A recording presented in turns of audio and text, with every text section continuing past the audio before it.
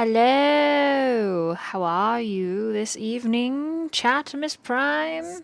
Disclaimer, chat and players, should things end poorly, I hope you stick around. That's it. That's the trigger warning. That being said, Murphy, hit us with that recap. Okay, all right. This is gonna be a me style one. So it's just gonna be, bits and pieces. Like, oh my god, Quinn wakes up and there's tiny little hands on her face, but she was not expecting. And it's a little kid. What's a little kid doing here? Crazy. And she's Daisy Alvina Bain, and Sigma has a kid. What? And she's like all talking at Quinn, and Quinn's having trouble keeping up. And then Sigma comes in and it's like, oh no. But then Daisy gets up and then wakes each of us up one by one, except Evan, who is still in a closet in the basement. So we all meet and find out that Sigma has a kid. But guess what? Sigma has two kids. As Evan figures out, as he finds Gamma asleep with a baby toddler, William, also known as Junior. And there's two kids in the house, and everyone's trying their best to be really cool about it. And Jihoon offers to make pancakes for the kids, at least for Daisy, because the kids love pancakes. And it's nice. We have a little moment in the kitchen where we're making that, and turns out Evan's like really good with kids, both changing them and feeding them. Like, who knew? It's amazing. Noah's still feeling like, well, catching up with like that Sigma has kids. That's a lot for Noah, and he's been processing that a lot.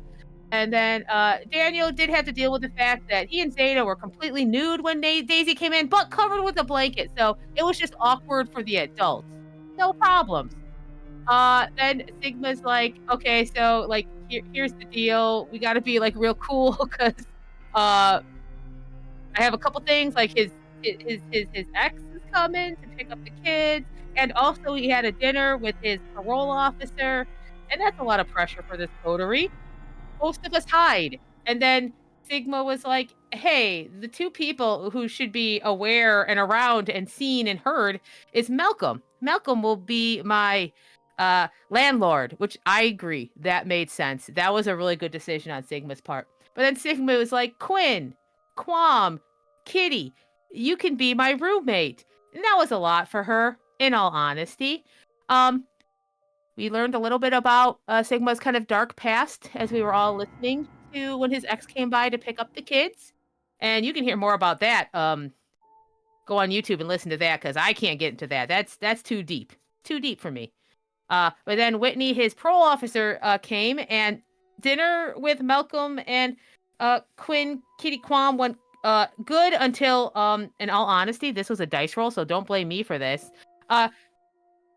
Quinn bit Sigma, but it was fine because Malcolm was there, and Malcolm just like used Ventru brain stuff on her. I still think she's a little iffy on Quinn Kitty Quam, but that's a future problem, and that's fine. And everything was great. And Sigma was like breathed a sigh of relief, and everything was cool until Daniel was like, I'm gonna try to have a premonition. And here, I'm going to go because Sly took really good notes on these, and I'm just going to read them out because this is a very important premonition and it's terrifying.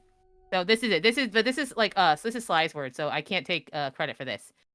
We see Sigma on his knees, a revolver cocked and loaded, pushed into his mouth. His face is rearranged, a mess. He's sobbing, and there's a voice. There's pressure in the air. You can feel it in your ear. And the voice is like, time's up. You can't pay, so you will pay with your life. And you hear the click. And we watch Sigma fall in the vision, and his blood drips and pools, and from his blood, more visions come. There's a monster standing over the city of Mass, and it explodes into thousands of bats, all searching. And there's another vision, and we hear Zeta whimper, and we hear this voice go, you're such a good girl. And the vision changes, and it's Daisy laughing and chanting, and she's like, what's wrong, Grandpa? Magnus is her grandpa, of course. But Magnus is hunched over, clutching his chest, and he starts to decay, and his bones are breaking beneath his skin. And then a single drop of water in a pan. Something breaks, and all hell breaks loose. And that would all happen at Magnus's demise. And then Daniel had to roll a frenzy check, and that's where we ended. Thanks. Well done. Thank That was excellent. Thank you. I am just fixing a problem with the title. We broke it. We broke all the things. No. Oh no. It would be us. Look at this coterie, and we're like, yeah, give it to us. We'll break it. Yeah. We can't have nice things. We can't. I'll bite them. I'll bite him. Yeah, that's it. I That's might the just friend you solution on- and I the don't know. problem for everything.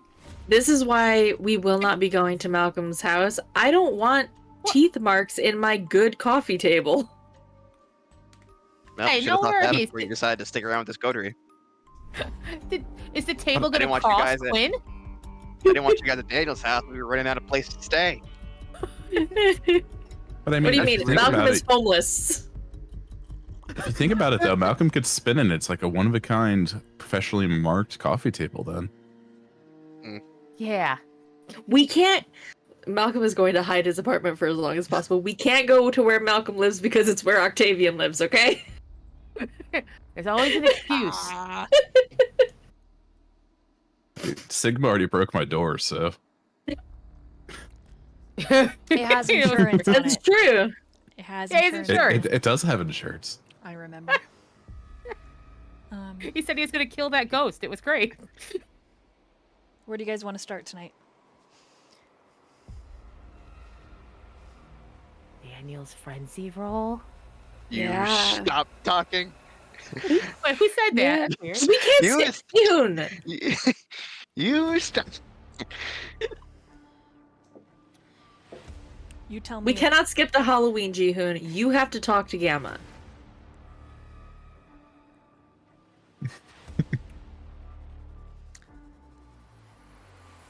Where do you guys want to start?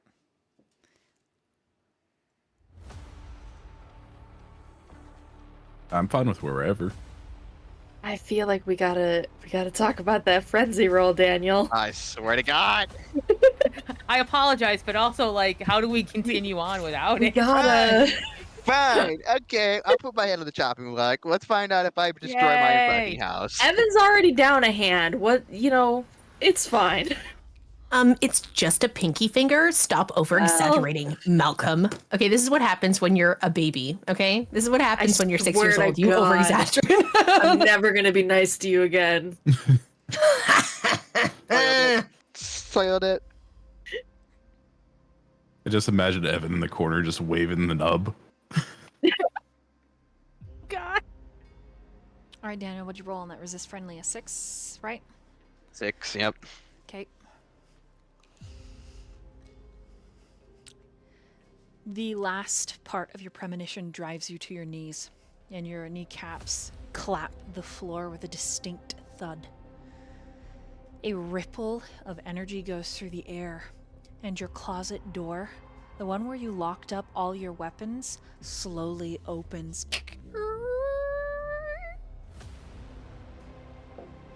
And a basic pistol falls out. Your Glock, nothing really fancy. Its black metal body just laying on the carpet. By itself, a weapon is a piece of engineering. And as you're choking on air that you don't need, on lungs that are spasming, as the vision repeats itself tenfold, forwards, backwards, you feel like you have seen the inside of a microbe, and then you are transported out into space. The dizzying, swirling feel is waylaid only slightly by the jingle of falling bullets. Something is pulling them out of their case. Click, click, click, click, click, click, click, click, click, click. Something with a nail, like the acrylic kind that tap. And that sound brings you out of the premonition fully. but your skin feels raw, stretched out, your eyes dry, and there is a great need. Roll a d6 for me, please. God damn it. This is fucking gonna be good. You guys wanted this. You guys wanted this.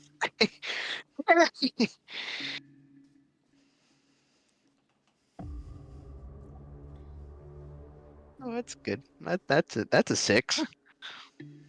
Okay.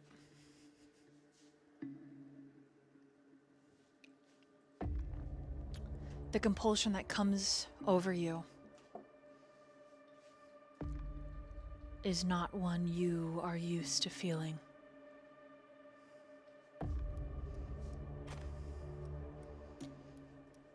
It settles in the pit of your stomach like a coiled viper, waiting to strike. And you watch as if from far away, Daniel. Your hands pick up the Glock, drop the clip, and begin to load it with the bullets that were dropped out of their casing onto the floor. In the back of your mind, you are screaming, "Stop. No. Why?"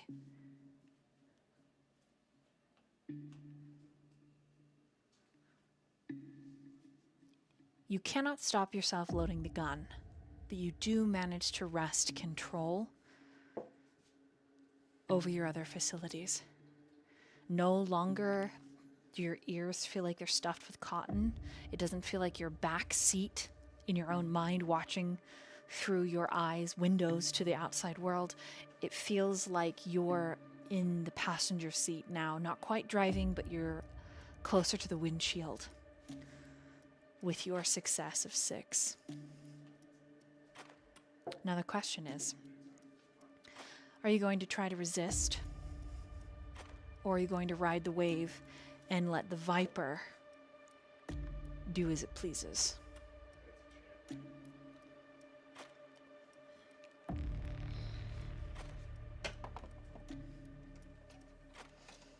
I am absolutely going to try to resist. Okay? This time I need you to roll a composure and a resolve.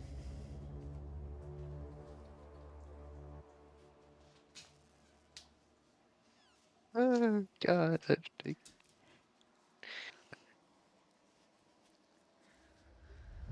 Good, and 3 of these are hunger die. Oh, good. Oh, good. Like that. That's nice.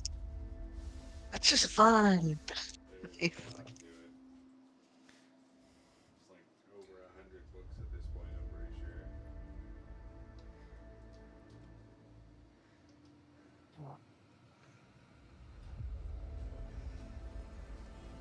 Go ahead and roll this How about roll that? on d20.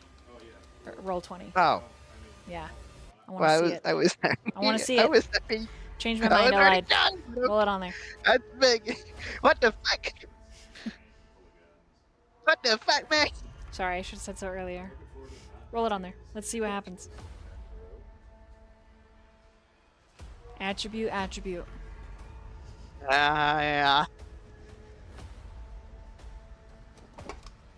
Oh, absolutely not. I'm gonna use the chat willpower on that one. I don't like that. Hee hee. I don't like But that. it's 4. I That's don't not like bad. that. What makes you think that's terrible? It's 4. That's When a 6 didn't succeed on my frenzy check, I don't know about that one, DM. I don't know about that. You don't try to manipulate me. Losing is good. Yes. Yes, it is. You stop that. Stop that right now.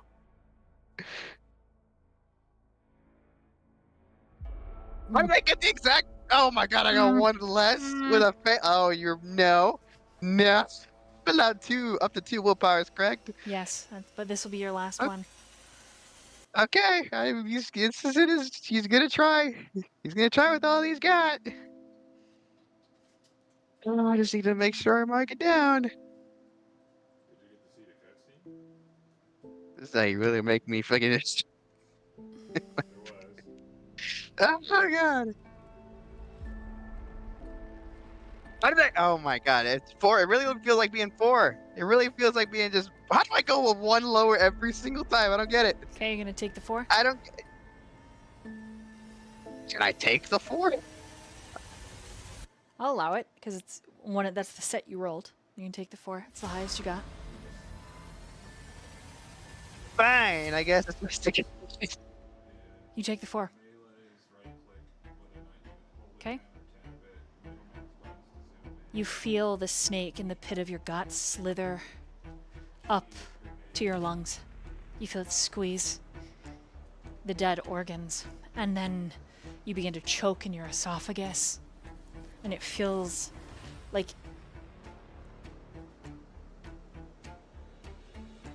it's twisting its way up and out, trying to escape, trying to get out of you.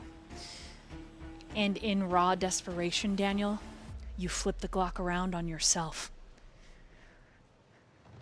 Beads of blood break out against your chest, up your throat, and you hear a voice that at the same time is familiar and unfamiliar. The panic is so raw. You're holding the Glock towards your face, your thumb over the trigger, shaking, cursing at the beast, which you assume is the viper that you're feeling. And the viper is continuing to worm its way. Each swallow, just a stroke on the scales. As it is coming, slithering, moving its way through you. In the distance, not too far, just down the hallway, you hear the soft tip, tip, tip, and that almost jingling sound, and the wind as Zeta shifts from all lupus to Hamid. Daniel. And she starts to get closer.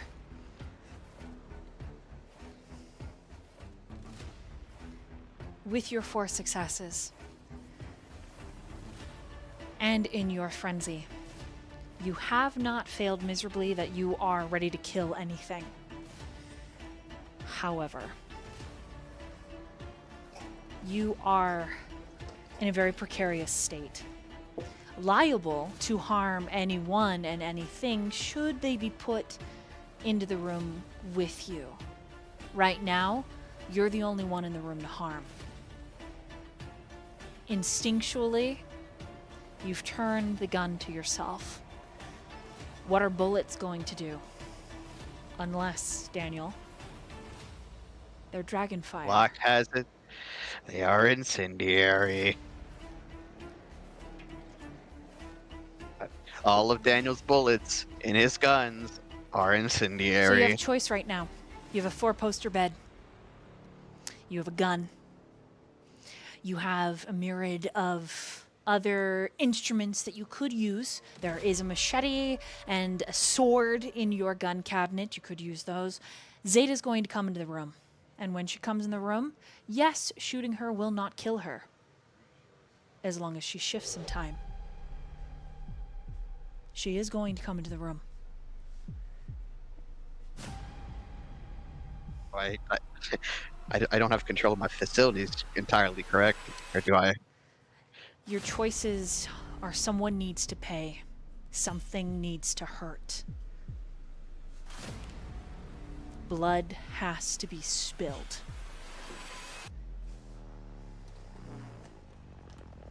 And the voice, the one that was distant and indistinct, gets clearer the closer Zeta gets. And when she is at the door handle, you hear her turning it. The voice says, "Now isn't she just a good girl?"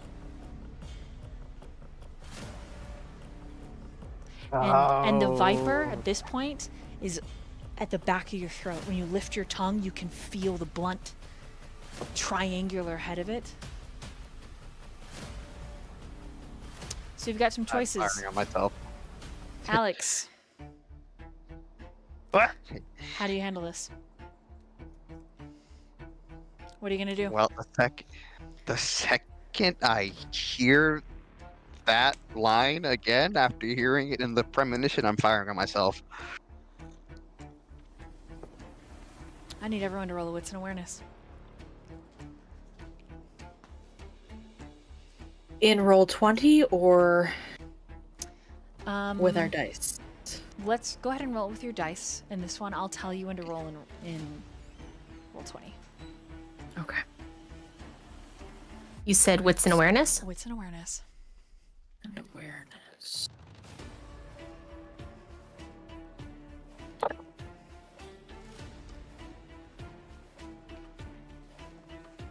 Malcolm has a 5. Quinn has 5.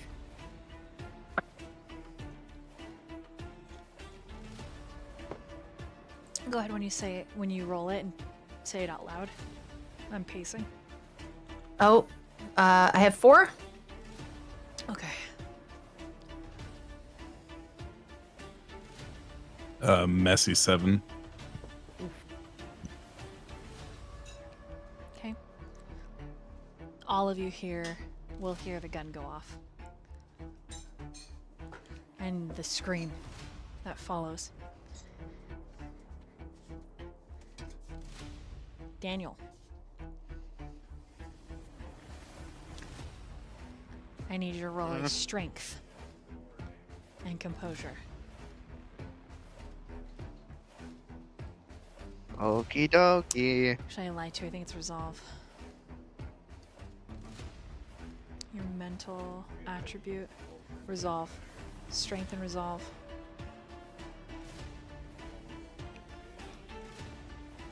Do I need to roll this one digitally too? Nope, you can roll it. You can just roll it. Okay.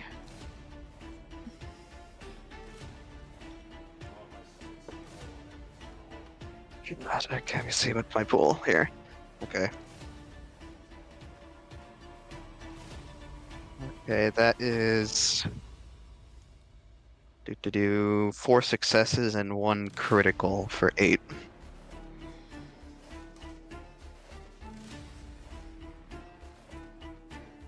Okay.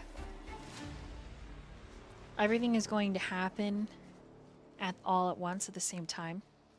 Hold on to what you got. But all throughout the house, I'm going to see what everyone does. And then we're going to get back up to that top scene because Zeta is bursting into action. Okay? Cutting down to Evan. I believe you got our highest. The messy 7, so.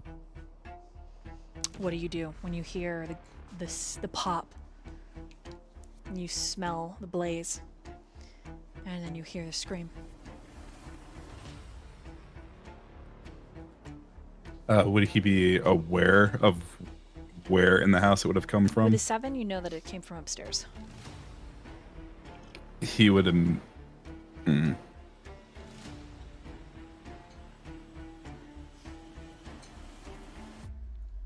He would probably immediately go to try and figure out what actually just happened. Okay, so you're gonna head upstairs. Mm-hmm. And then cutting over to Malcolm. Hearing the shot and the blaze, Malcolm, I don't think he and Jihoon were fully inside yet. We were coming in from the backyard, and he takes off to go into the house to figure out what the hell just happened. Okay. Jihoon. Hey, wait up! Malcolm! Oh, fuck. Jihoon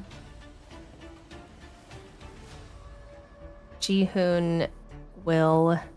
Is there a window? Are they, like, at the door, Malcolm? Or where are they? Like, I'm trying to think of, like, how far we were, how close we were. Because if anything, he's going to try to get into, like, jump up the stairs.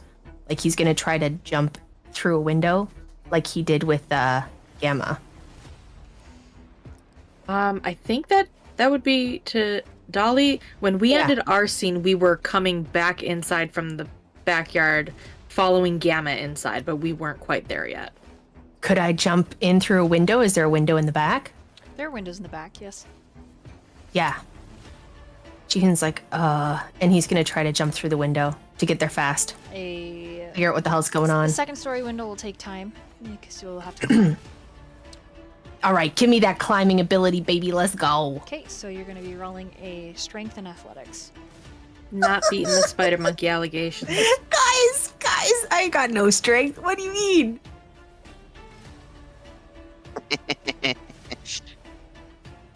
Fine. You'll be fine. You'll be fine. The worst thing that happens is you face plant. Yeah.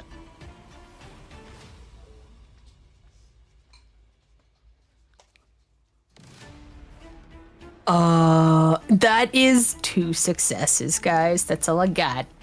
Okay, you're like climbing and scrabbling your way up the side of the house. All right, moving over to Quinn. I think having heard the shot and the scream and seeing Evan going upstairs, she would follow as fast as she can. Okay, so you're running, Evan's running. Malcolm, you're running into the back door. Okay, and Noah, you got a 5 on your wits and awareness. Yeah. You and Sigma have started a conversation, Okay. and we might be able to backtrack a little bit, Nah, you're good. but the conversation is interrupted by a very loud bang and a scream.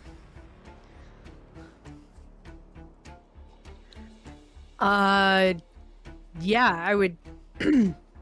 Whatever we were talking about, I would be like, the fuck? And I would activate celerity and run inside. Okay, does it take a try and- rouse check?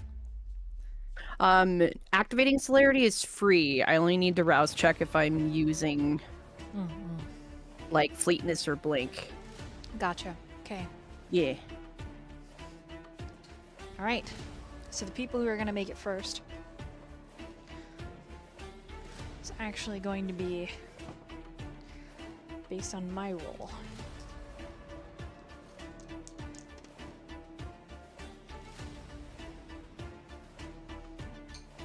Okay.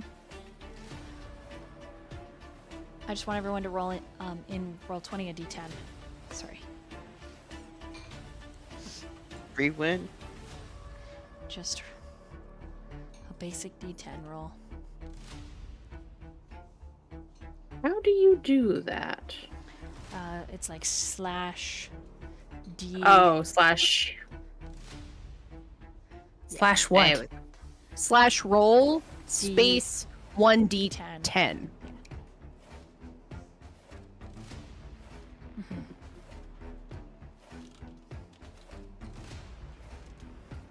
3 threes in a row. That solved nothing.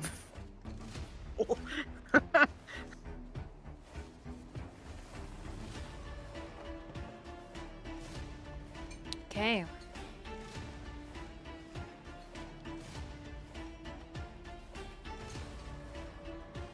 So you're all gonna get there roughly the same time, save for Quinn.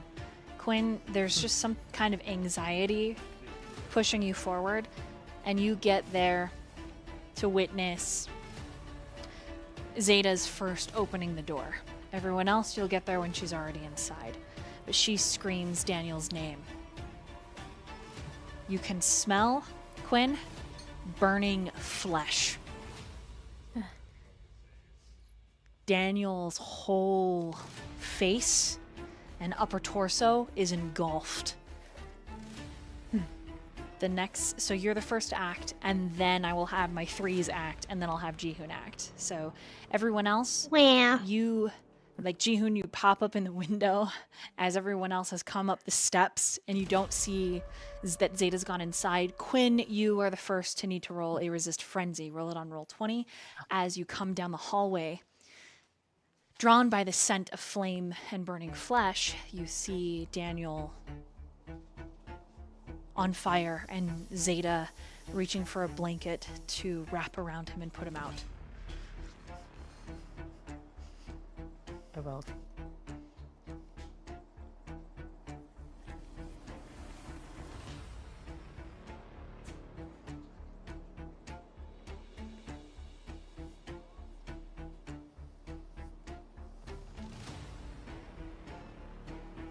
What'd you get?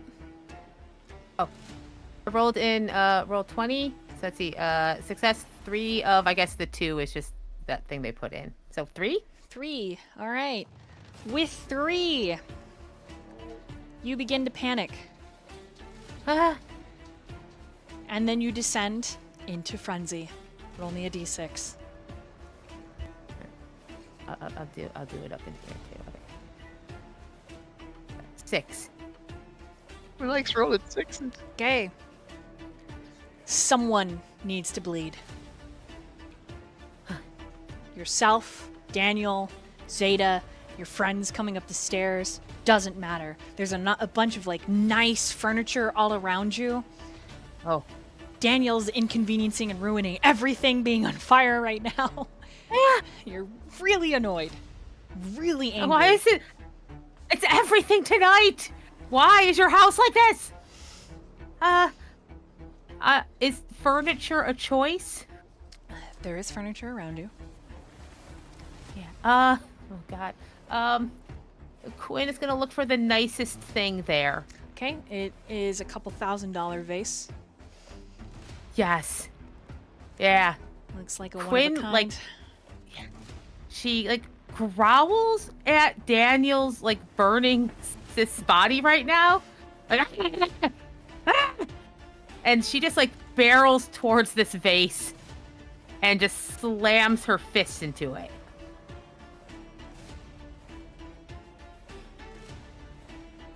Okay. That is enough.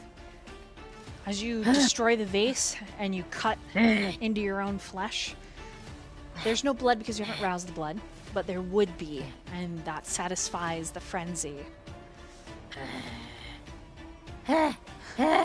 Everyone else, you see Quinn just freak out and destroy vase for no reason. My next highest roll at that point are all my 3s. Evan, Noah, Malcolm. We all get stuck in the door trying to get in. Ducking around frenzying Quinn. At this point, that's like, supposed to Jihoon's like opening the window, but he's doing it politely, right? He's not breaking it because he doesn't break people's stuff. So he's just like getting it open, like do. You know, polite. Creeper, I guess.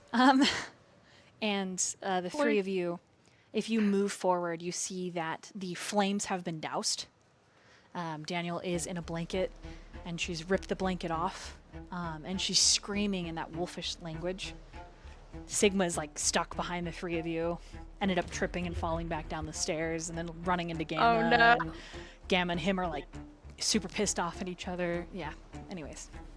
I think I would have like when I see Quinn like freaking out, breaking the vase. I think I'm actually gonna like bear hug her Okay. and try and stop her frenzy. Okay. It's fine. Yeah. You know what? It's fine. That vase asked for it. It's fine. You're right. It's fine. Just hugging her. Okay, I need the both of you to roll strength and brawls. Okay. Just hug it out. Honestly, Quinn, if he bear wants hug. to go, you're here for it. If Yeah. he wants to fight, fine. My girlfriend might not yeah. fucking like me, and I'm like you, and you suck Yeah. because I suck, and everything about this Yeah. sucks. Everything about this sucks.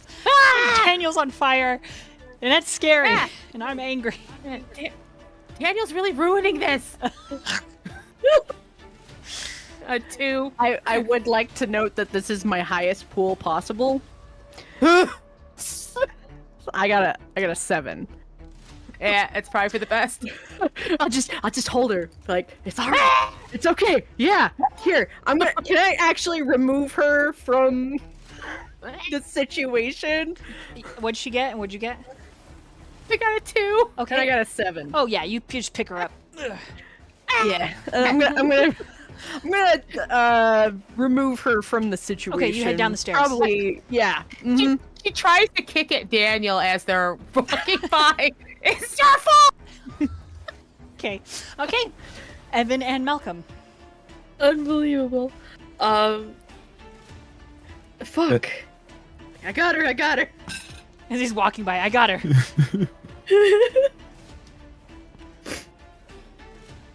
Evan would probably go in and then look to see if you could find the firearm that was used, and then just like remove the magazine, unload it, remove the slide, basically make it inoperable. Okay, roll me a intelligence and a wits.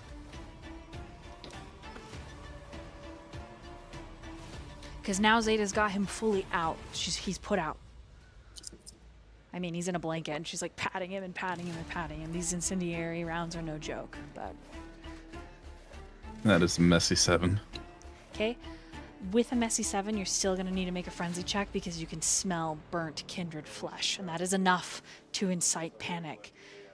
On top of that, there is a whole small arsenal that begets a larger arsenal somewhere in the house filled with weapons meant to hunt and kill supernaturals. Just click there. Yep, just click your resist frenzy. 4. Okay, with 4, you manage not to completely freak the fuck out. You are irritated. How Quinn was irritated, but not... You don't lose it like Quinn does. You don't need to roll the d6. I Okay. would say for Evan, though, something... Your compulsion as a Toreador, in this chaotic moment, ooh, there could be such music. Right? Like Zeta's voice with that raw desperation to keep her lover safe. Oh, sweet. Whether that is Evan or the Beast, I'll leave it up to the player, but that is a thought that passes through his conscious.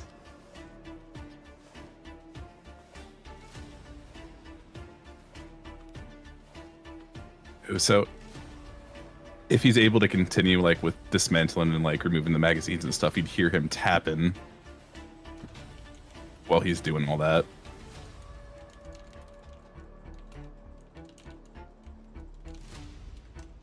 Okay. You are able to like strip the magazine and the bullets and stuff. Toss the gun to the side. Put a couple pieces of it in your pocket. You can even so much as like close the door that has the other firearms.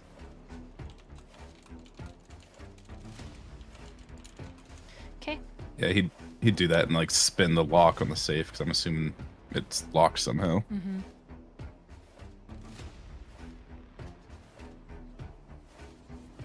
Would he realize that these? Well, of course, from the initial shot, would he realize that all of it's basically incendiary and such?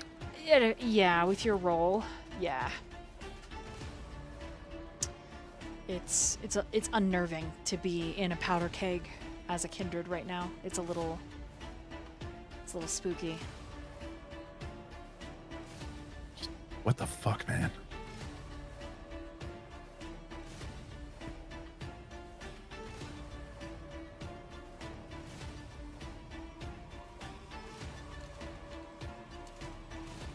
Okay, Malcolm, Mm-hmm.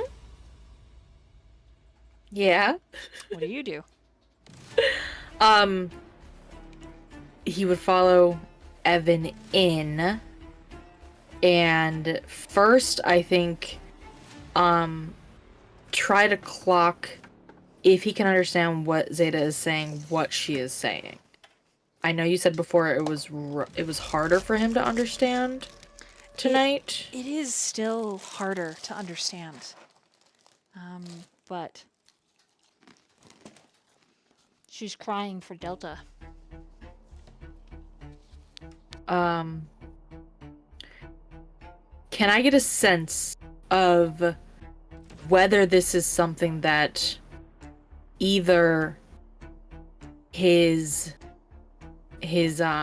like, we know Daniel has medical supplies, right? Like, he's an EMT. We know that he has medical supplies around the house. Can I get a sense of whether that or blood would be more immediately helpful for Daniel in the Intelligence and state occult. that he's in? Okay. Intelligence? Oh, alright. Well, cool. Dolly, don't look at my character sheet right now. That's nothing. That's 2 failures. Jihoon would know what to do. goodness. He's really smart. So mostly Malcolm is like hovering and trying to figure out how to help. Yeah, you're kind of like, someone do something. And, Gamma's like, that doesn't really help anybody. Yeah, basically. Okay, at this point, Jihoon, you've got the window open and you have politely come up to the door. Unless you chose Oh, am I? The window's not inside the room? The window is outside the room? Yeah, it was hallway. Oh, Daniel's darn. room was one of the windows. Yeah. Darn, that's too bad. I was like, can I peek in through the window? Okay. He's like, hello? What happened? Hello? Malcolm? What the fuck? Gamma is kneeling, assisting Zeta, keeping her calm. Sigma outright just tackles Zeta. Gamma, what's happening? I heard a gunshot. I think he and Zeta's like screaming and starting to like fight against Sigma, and in that lyrical wolf language, you think Gamma's telling her to calm down. And finally, in English, she says, "Then fucking save him!" And she slams her fist into the floor, and it shifts into a wolf's huge fist, right? And it just destroys the wood. Okay. Save who? Who's in there? Can I see who is under the like in there? Oh yeah, Jihoon is immediately smart enough that he can assess just about everything that went down with a quick look. Okay. So, does anyone know what to do? Do we need to call a doctor? Where? Okay. Malcolm? Yeah. Malcolm Malcolm? does not look good. What are we doing? This is the funniest part when the one medical to professional fucking here. Malcolm for this. Are we supposed to help him? How can we help him? I'm not a doctor. I mean, I could like put a band-aid on it, but I don't think that's gonna help us. His face is missing. Dolly. The knowledge that Malcolm has of what Jihoon can do, do I get a sense that there's a potential that he could do something about this with Kindred voodoo, we'll say? Yeah. I mean, when Gamma like moves the blanket back to assess the surprisingly there's not that much damage. Like you would think there would be a fuck ton. But Daniel has a very focused look on his face, and though his pupils are completely blown out and dilated, and his fangs have punched down into his mouth, and he's full of aggression, a male animal through and through. There is a focus about him when you can see his veins bulging and that third eye bleeding. The damage is not as terrible. Shirt, jacket, all of that, gone. One of his eyebrows, cut, completely burned in half. A chunk of hair is missing. Ear is burned. But in a lot of places, it's just bright pink, semi-healed flesh. Okay, so like just he needs help, right? Like he's not dead. Well, I mean, we're dead, but I mean like he's not dead, right? Right. Okay, so then he just needs to be fixed. And the last time someone was hurt, we just gave them something to drink and they were fine, right? Like there's tons of blood bags in the house. Can we get one of those?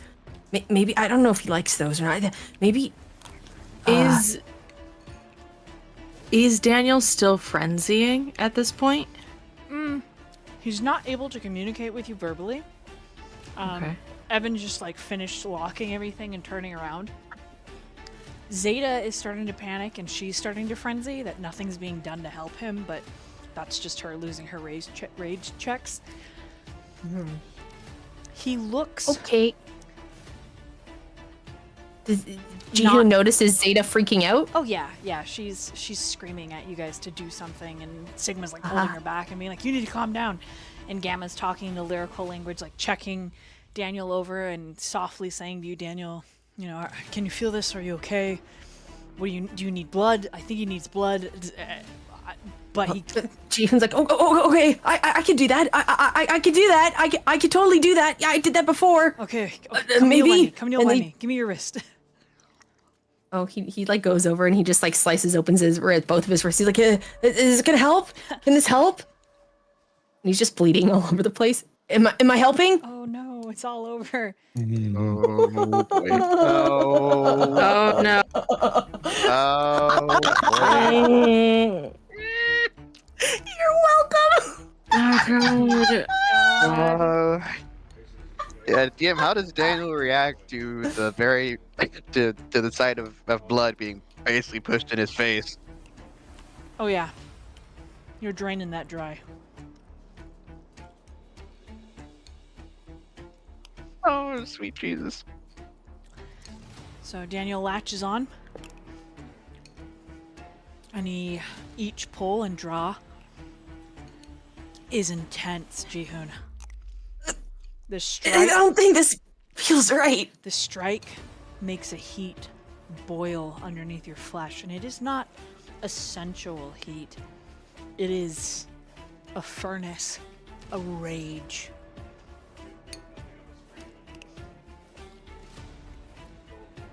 All right.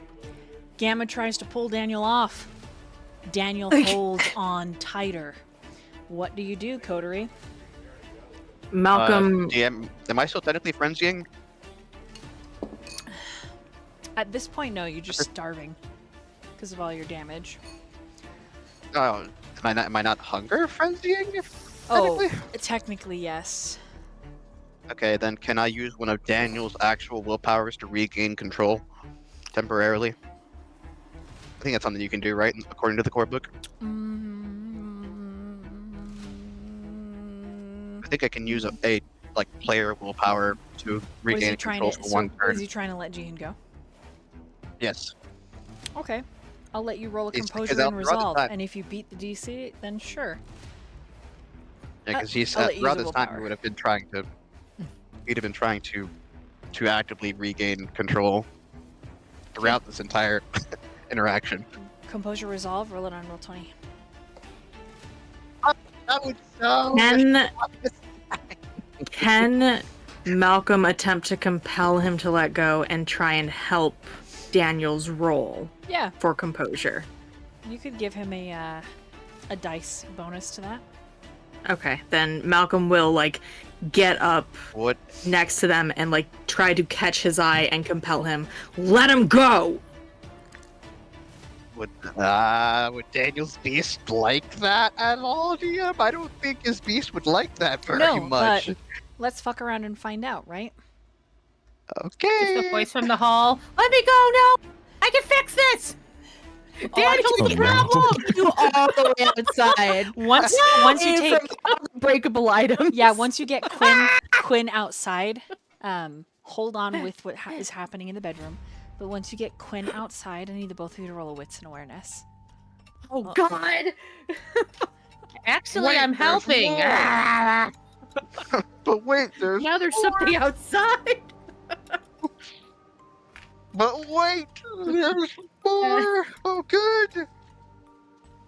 I'm not panicking. You guys are panicking.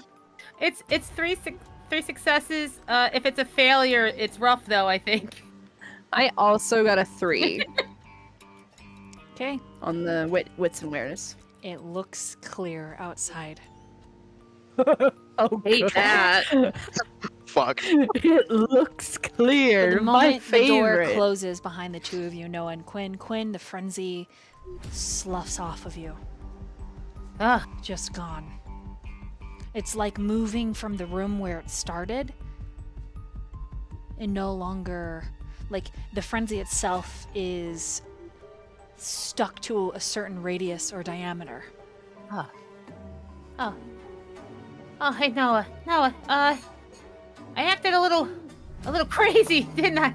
just a little go. I don't know exactly Yeah, what that. it's all right. It Yeah. it comes with what we are. You're okay. And Right. I'm sorry what I said about Daniel. we're kind and of his- time oh, no, bombs.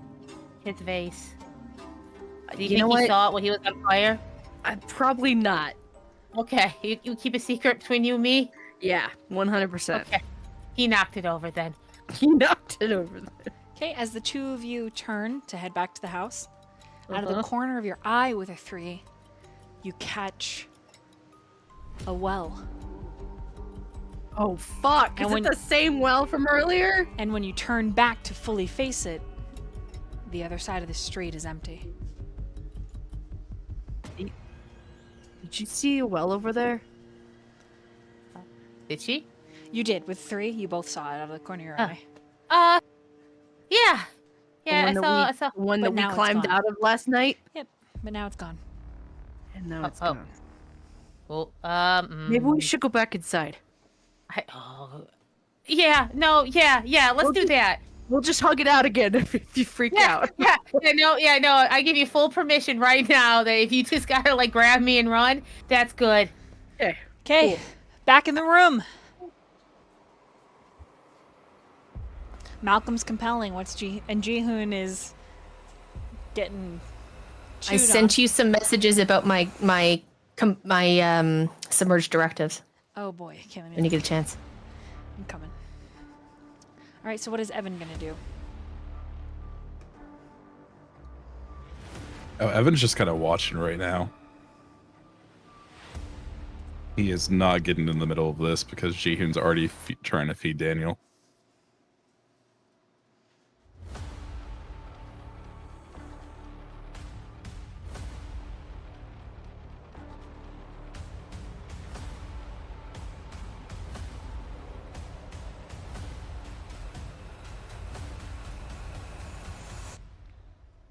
All right, so you want one of these or both of these, Jihoon? Up to you. It depends on you're the one who controls them.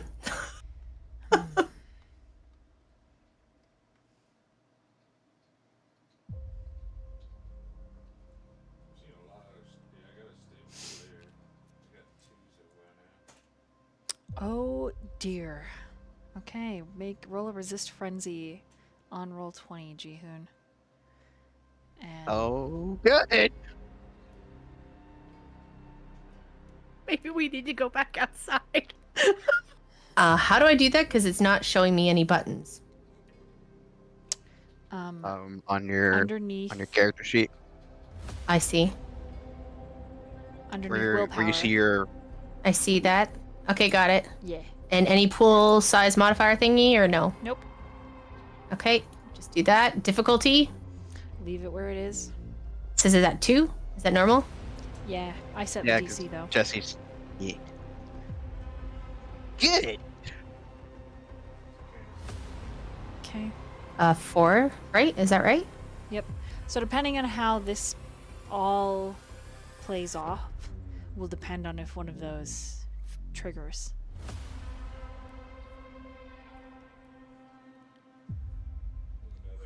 Okay. All right. Daniel, Uh-huh. I need you to Am I roll. still rolling my?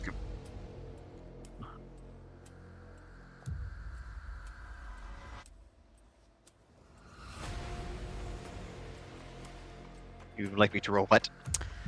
I think I'm gonna have you roll another composure and resolve. Will he get the bonus die from Malcolm's attempt to help or no?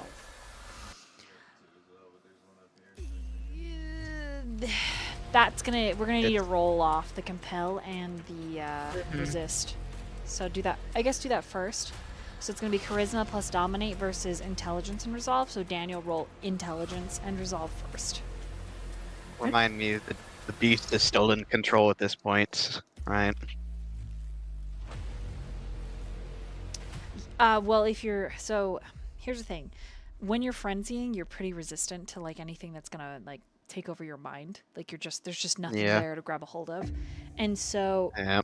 because you use the Defy Bane you have some semblance of control. So this is...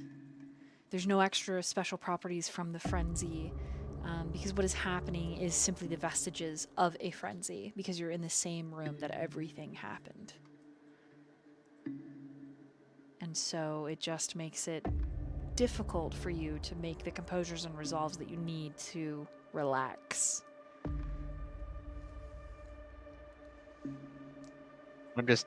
I'm making sure that the beast is not in control, because if the beast is in control, then what I plan on doing changes is what I'm getting at.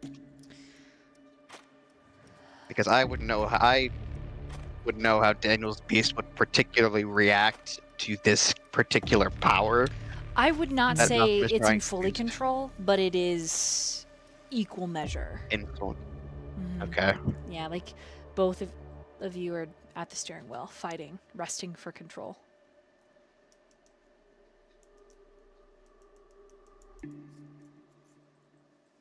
Then I will not. Then I will not use Unswayable Mind if the beast is not fully in control. Okay, so you're gonna try and like give in. So just He's not gonna. The beast is still gonna try to fight because it's still on equal measure. But Yeah. Daniel still has enough control where he's refusing the beast to have access to his disciplines. yeah. So go ahead and roll that intelligence and resolve then. On roll 20, or do you want me to roll my dice? Roll it on roll 20. Dire Okay, stakes. so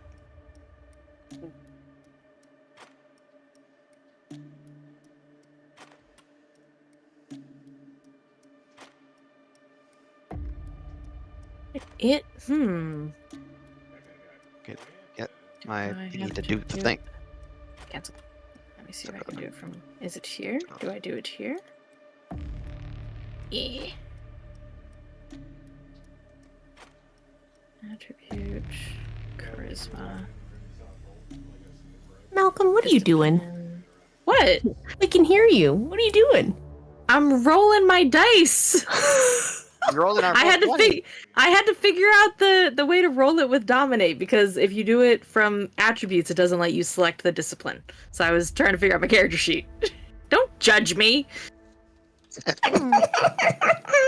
It's a bummer because I rolled my physical dice and I got a crit, so I'm concerned. Oh. Yeah.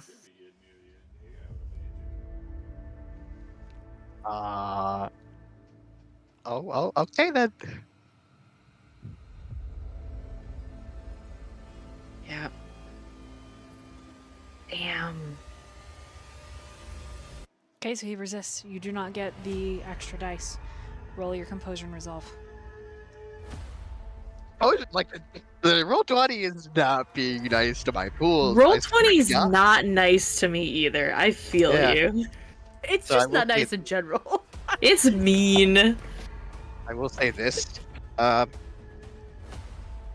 Malcolm. Normally, because compel is a dominate power, correct? Mm-hmm. So normally it's not easy to detect, if at all possible to detect, because it's mental. Yep. No one can really.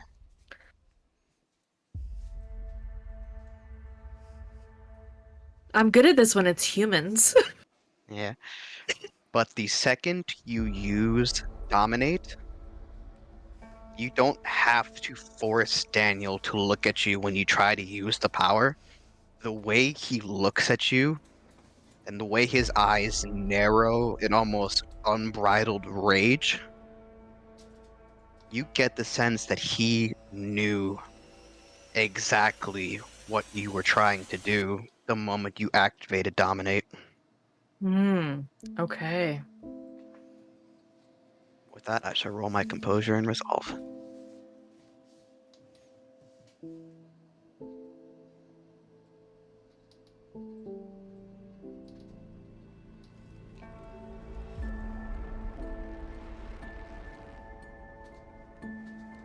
Oh, I'm gonna use a chat willpower on that one. That's 2 skulls. The fucking absolutely not. Sweet. How many chat willpowers do you have? You just used 3 in the previous roll. How many do you have? A lot. You like Because I have stocking them up? Damn. Yes. because I'm $30 tier, so I get one a session, and I haven't had to use them crazy often because I trust my dice more than I trust Roll20. Roll20 is like, it's payback time, bitch. We're gonna make you use them today, boy.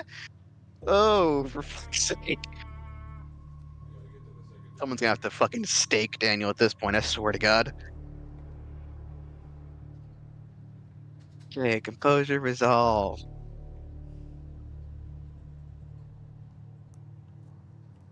At least there's no skulls, I guess. 4 is the highest I've gotten on this Roll20, man. I gotta stick with the 4 DM because I'm scared to roll again after seeing 2 skulls on the previous roll. Okay.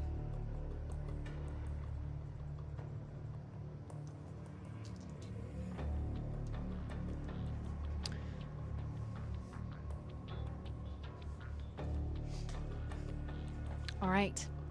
So here's what goes down. Sigma is shouting at Gamma to hurry up and do something because Zeta's losing her shit. Zeta is screaming she's not losing her shit. Somebody help him or go get Delta. Gamma tries to pull Jihoon's wrist from Daniel's mouth, and he does so in a way his fingers go into the Kindred's mouth, and he pulls the cheeks back. So everyone gets a full, well, Evan gets a full display of all those tearing canines. And then Daniel lets go. And in a sickening display of power, he takes Gamma down to the floor. And you bite into Gamma's shoulder. You hear the bone crunch and snap. The lights begin to flicker overhead as this happens. Evan, the guns in the safe begin to heat up to the point that you have to step away. Well, I mean, you stepped away before, but you can see the heat. You can see the intensity. And then from the ceiling, blood begins to drip like wet paint.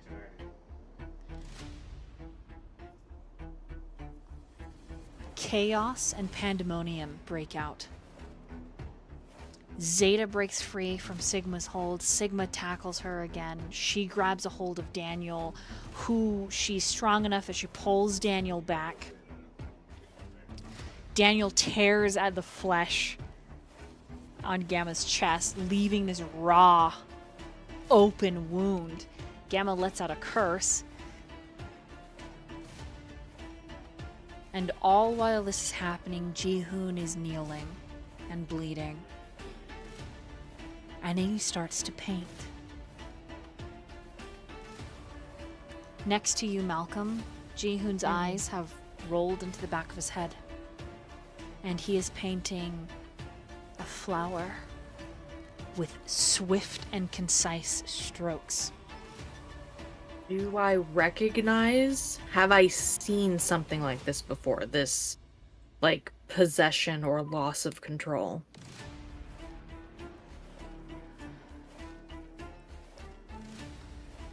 You might have witnessed vague memories. The last time this happened at Jihoon's place, it was because of the worm inside the television. And you remember him drawing in these beautiful red characters. But I don't know if everyone saw that, because it might have been an Auspex required. You had us do Sensi Unseen the last time. And if Malcolm doesn't have that, then No, he doesn't. he hasn't seen it before. Underneath his breath, he is muttering. So now we're going to start over the next round. And we're going to start with Evan.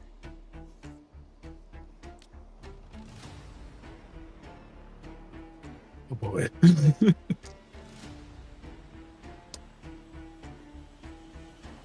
Would he notice what Jihoon is doing, but not be able to see what he's actually painting? From his vantage point, probably, yeah. And then Zeta basically has Daniel kind of restrained. She's just, yeah, like she's barely got a hold of him. He's gonna get a roll against her, but yeah. Okay. Also, I'm gonna DM you something real quick. See if Okey-dokey.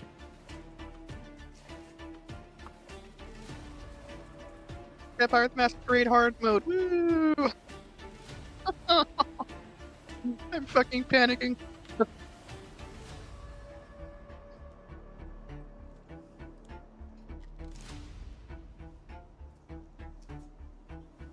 I'm just curious if it applies to everything in that room or if it's just the ones you mentioned.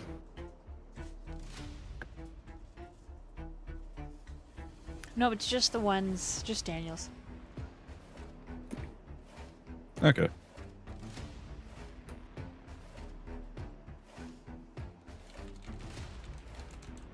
Oh, and is Daniel kind of like still kind of gnashing with his teeth after being pulled away? He's vying for control. With a 4, he's like more in control than not. But with all the aggression being thrown around, like he's just meeting aggression for aggression. And it's not he hasn't had a turn yet, so for Evan's sake, he just looks aggressive.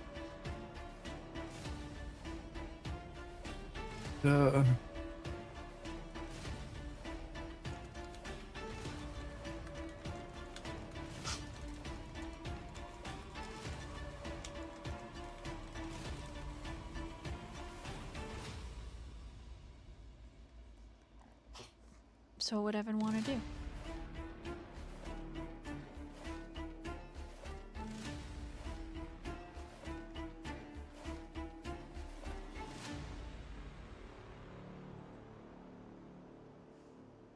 Said the blood's also dripping from the ceiling. Mm-hmm. Would this be similar to what happened with the worm? Mm-hmm.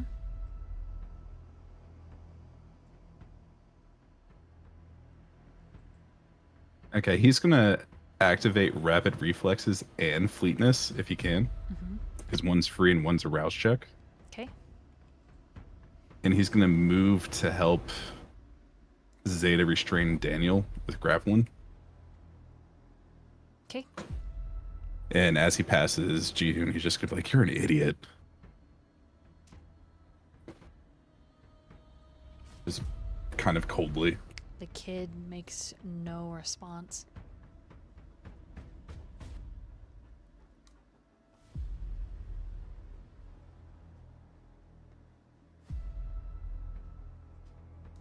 Is it in such a way that it would give him pause, or would he not notice?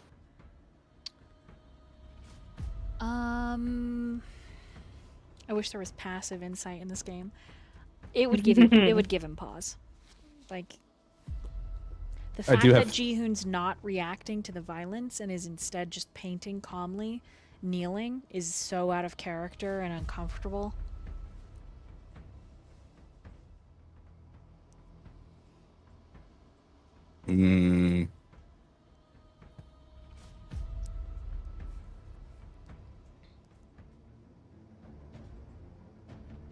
Because there's kind of two things that he would do in this situation, but I'm not sure which one he would actually go with.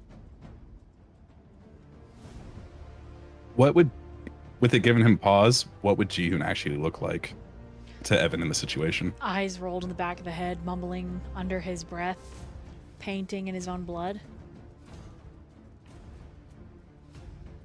It's a pretty picture, if that helps. It's a flower. Evan, The 24 hour. could it potentially look like the flower that Alpha gave Evan? Very similar. I forget what Alpha said when he gave it to him. Okay, so Evan would actually stop and kind of like, seeing Jihoon not responsive, Mm-hmm. kind of push his shoulder. Just a surge of raw power. He's unmovable.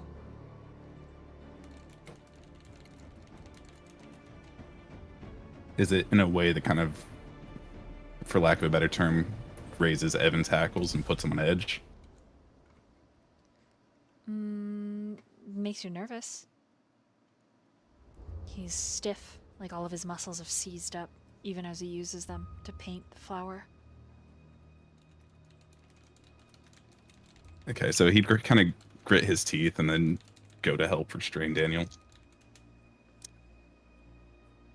Like, very uncomfortable with this situation. Okay. Strength and brawl. You can go ahead and add some dice bonuses. Strength and brawls. Hmm. Does my specialty come into play here since Evan is a kindred? I don't know, because you're also being grappled by Zeta and Sigma. Sigma's also grappling me. Oh, good. Yeah. What is the dice bonus since... So for Evan, so Daniel will get tier and specialty bonus, but he is grappled by multiple foes. Evan will get... Because that is actually my specialty too. Fleetness and... Yeah, Evan will get his... Oh no, where did it go? So Evan will get a 3 dice bonus. 4 dice Question for you, bonus. DM. And Daniel will get 2. So, question for you. I'm assuming I was hunger frenzying, so I'm at hunger 5, but did I lose any hunger when I fed off of Jihoon? Or was I pulled off before then? You would have gotten 1 hunger erased. Okay, so I'm at hunger 4. Okay. Just so I know how many hunger die I have to play with. Oh, I just watched. Fucking hunger. I flicked my hunger die away. Whoops. I'm actually going to use my tier inspiration for this session. On roll 20 or Oh, I think for me it was pineapples. What'd you say? You want me to tell you? Oh, it's still pineapples. Everyone's a robot. Oh, no. Oh, you're I back. think that was Sounds good, I think Kiwi. that was Discord. Hello, Kiwi. Yeah. That was Hello. that was Yeah, that was, Discord that was Discord. Discord. Broke for all of us. Because everyone was Yeah. robotic there for a second. Weird. Did you want us to roll with dice or on roll 20? Go ahead and roll your dice. And I think I've been asked if you want us to tell you our rolls Mm-hmm. or if you wanted us to DM them to you. Oh, either way, go ahead and DM them to me. That's fine. Roll it and send it. Or wait. Is it crit 2 or 4? Or Oh. Okay, then that's wrong.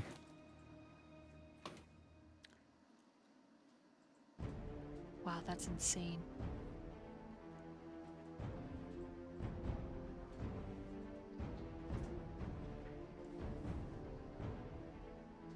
Three in a row? That's crazy.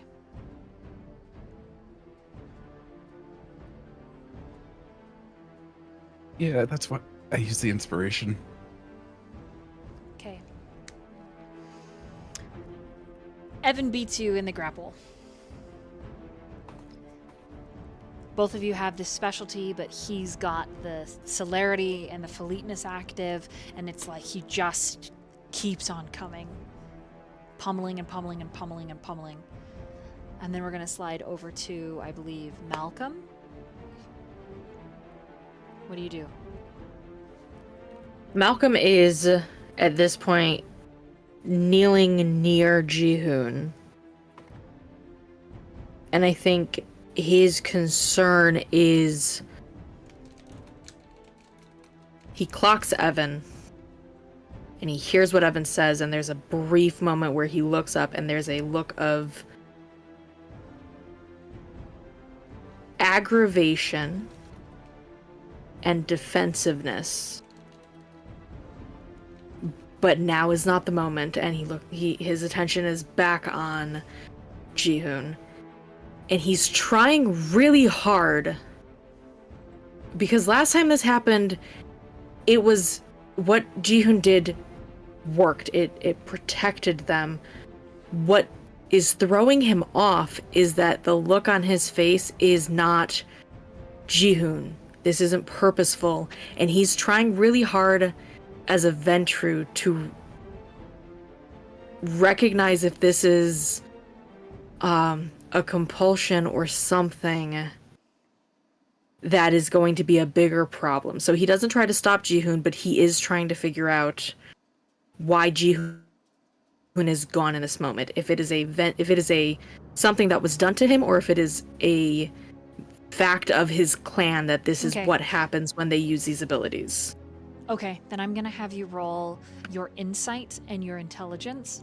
That because Okay. you as a player have kind of strung this all together, I'm gonna give you an extra dice bonus and a bonus for your tier. Okay. So you'll have 2 extra dice in this roll. Oh, thank fuck. Okay. That's 4, 5, 6. That's 7 successes. Okay.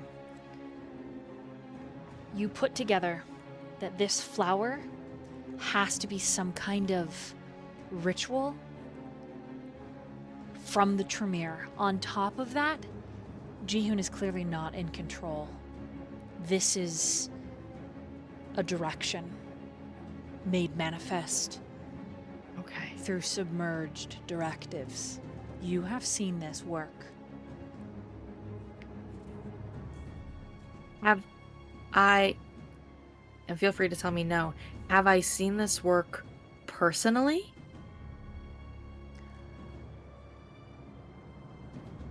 By someone that I know?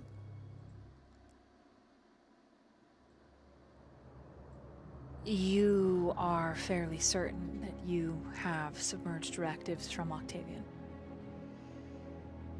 But you have seen Demetria respond so out of character. And this moment just clicks it all into place. He might be your sire and your surrogate father, but he is also your sire and Domator.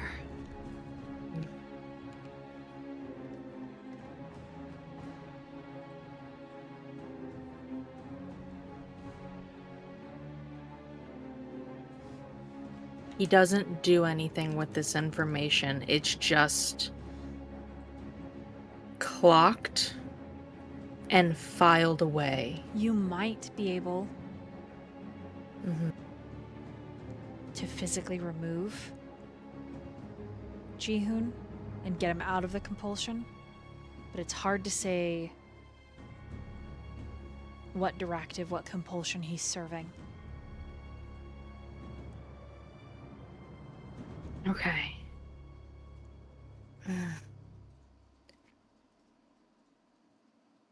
Seeing the blood coming from the ceiling, Malcolm won't yet.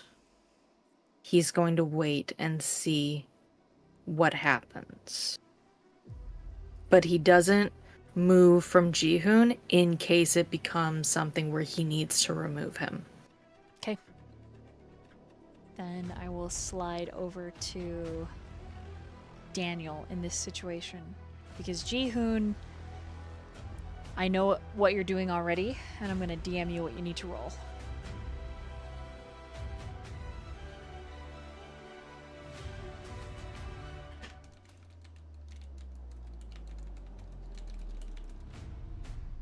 What do you do, Daniel? I don't know if I'm still in complete control of my facilities. Describe to me what you want to do. I mean, I can still feel the worm slithering around on the inside, right? Or The did serpent it stop? in the slip, throat, or- yeah. Did it stop after I freaking engulfed my torso in flames?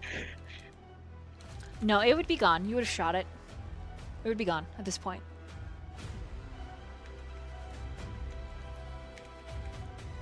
Okay.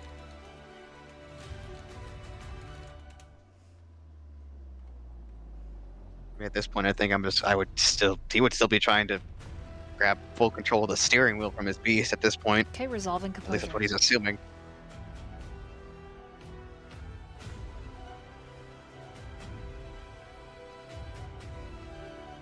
Assuming roll 20, roll again. Mm-hmm. Oh, good. Oh, that's just great.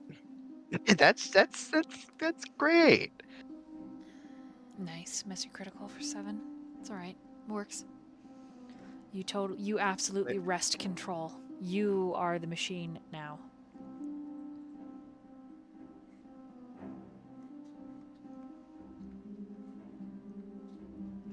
But the violence doesn't immediately stop. As soon as you are calm and back in control, cool, collected, sensing the change in you, Zeta, her hold loosens, and she goes to tell Evan to let go. However, as Evan is about to let go, there is this nasty growl from the floor, and Ji-hoon is suddenly up on all fours, and he lunges for Daniel's face, putting himself between Gamma, who's getting up from the floor, and Daniel. And his eyes are still rolled in the back of his head.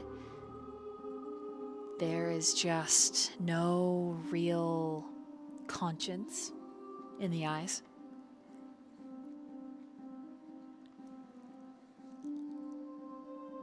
And then Sly, go ahead and private message me what you got on that.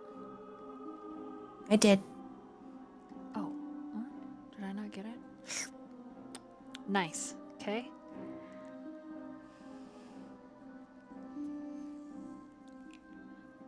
Daniel, I need you to roll a dexterity and brawl, please. You can add an extra dice.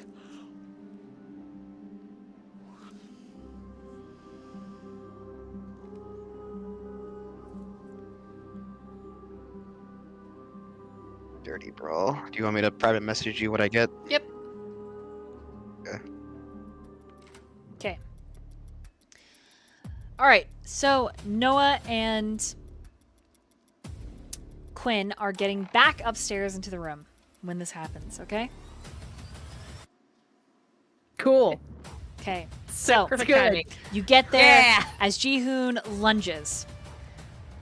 Evan has got an intense hold on Daniel, but using Evan kind of as a springboard of sorts, like grabbing his shoulder to get at Daniel, Ji-hoon does. He claws at your face, but before he makes any kind of contact, Daniel, you let yourself into Evan's hold, just full on, but it gives you free reign, and instinctually you reach up and you grab Ji-hoon's fingers, his wrist, even though you're being held from the front and the back, and you are in control, but your beast crushes all of the fine bones in Ji-hoon's hand.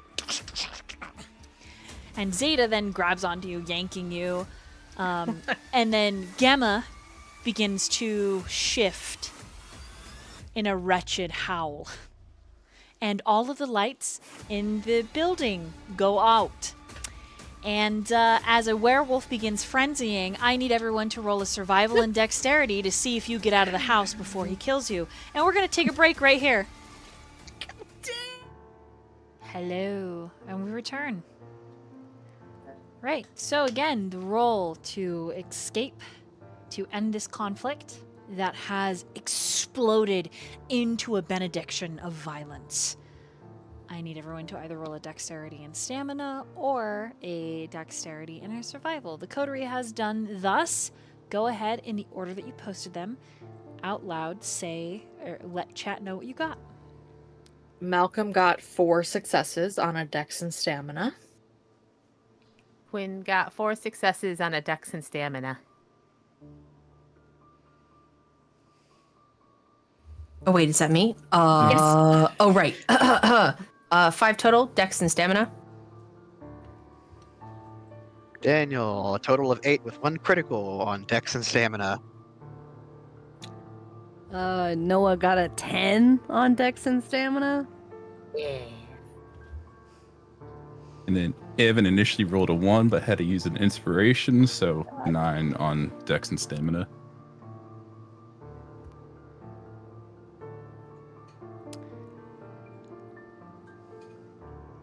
The battle between the Garu is death. There is something potent that snaps in Gamma. Seeing those bones crush, though no real in control reaction, Daniel. You're doing your best to try to not freak the fuck out, and you've done splendid. Other kindred in your shoes would have just ruined everyone and everything, but your resolve maintains a steel line. And yet, as Gamma begins to frenzy, his overprotective nature overriding the lock of his iron will, and that large black wolf breaks through your ceiling, tearing up your entire room, he is met by an all-white wolf. Gamma, standing at his full height, is almost 3 stories tall. Zeta is smaller, but much faster in her Garu form, standing at between 15 to 20 feet tall. And the two of them ruin the entire top floor of your home before falling into the living room and busting out the side of the house towards your garage.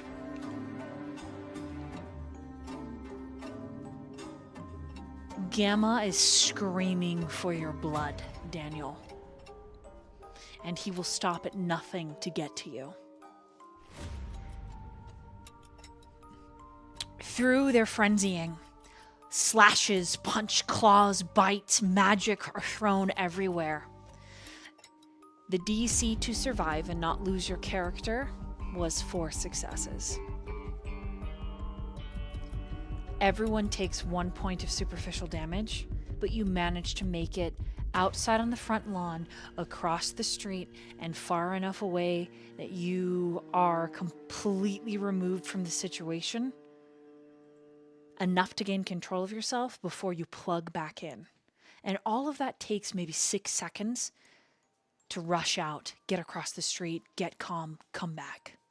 1 round. And they've already destroyed the upper floor and fallen through the living room. It is stunning, even as it is terrifying, a natural disaster manifest in reality. And then there is this absurd urge.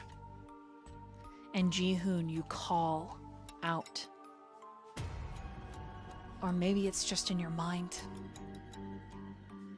But the feeling to call for Gamma is overwhelming. And Daniel, you experience something very familiar, similar. The urge to shout for Zeta. All of your instincts, though they feel like yours, but different. They're not the beast. There's something else. Both of you have this urge. What do you two decide to do with it?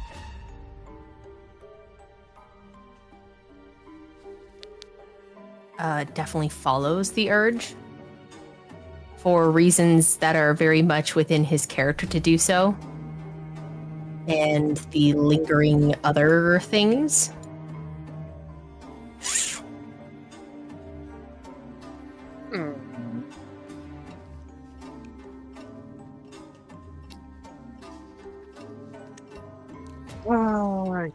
Yeah, I think Daniel would also follow the urge. Okay. Am I unmuted? Hello? Nope, you are not No, muted. you're good. Okay. Both of you shout their names. Everyone else, I need you to roll a wits and awareness. Daniel and Jihoon, your eyes are locked on the fight. You instinctually feel like these two wolves are champions for you. Like if this was ancient times and they were pit fighting, Zeta would be Daniel's, Gammas would be Jihoon's. Malcolm rolled a 5.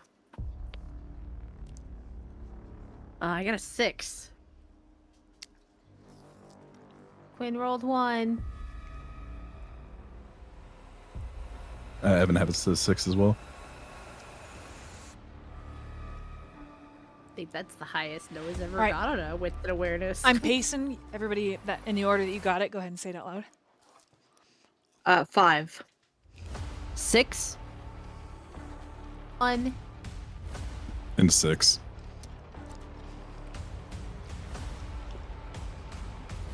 All right. Quinn with a 1. You're also completely enraptured by the violence. Like you're like, oh my gosh, what the hell? Like Yeah. it's the Yes. the raw destruction is like watching your apartment burn down and being helpless. It's the same feeling. Everyone else. There are it feels like a fleet of vehicles that like suddenly arrive. Motorcycle, helmeted figure, wide shoulders, suit jacket, riding boots, gets off, and you immediately recognize Alpha when he pulls the helmet off. And then showing up in a vehicle, whether it's her own or not, remains to be seen. Dell gets out. And then there is another motorcycle. And the largest, most feminine, powerful warrior that any of you have ever seen pulls off her helmet. And it is a swath of sunshine hair on one side, and then a swath of midnight black on the other. And she whistles once, sharp and piercing, and both Garu pause as, in unison, their kindred shouts their name, and you cannot stop your feet. The both of you run forward as these Garu, panting, mid-attack. There is no stopping your feet as both Jihoon and Daniel rush out to meet the Garu.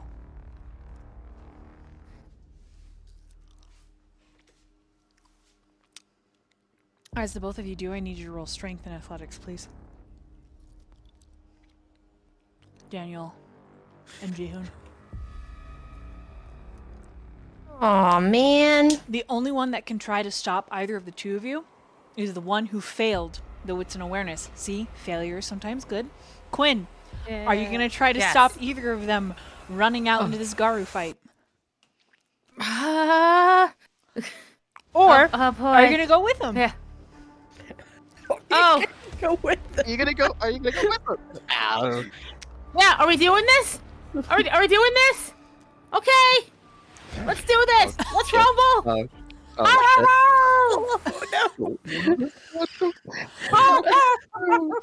Straight encouragement. I don't think Quinn knows what's going on. I don't think Quinn realizes danger. No. Okay, so Quinn is running out Alright. there. Perfect.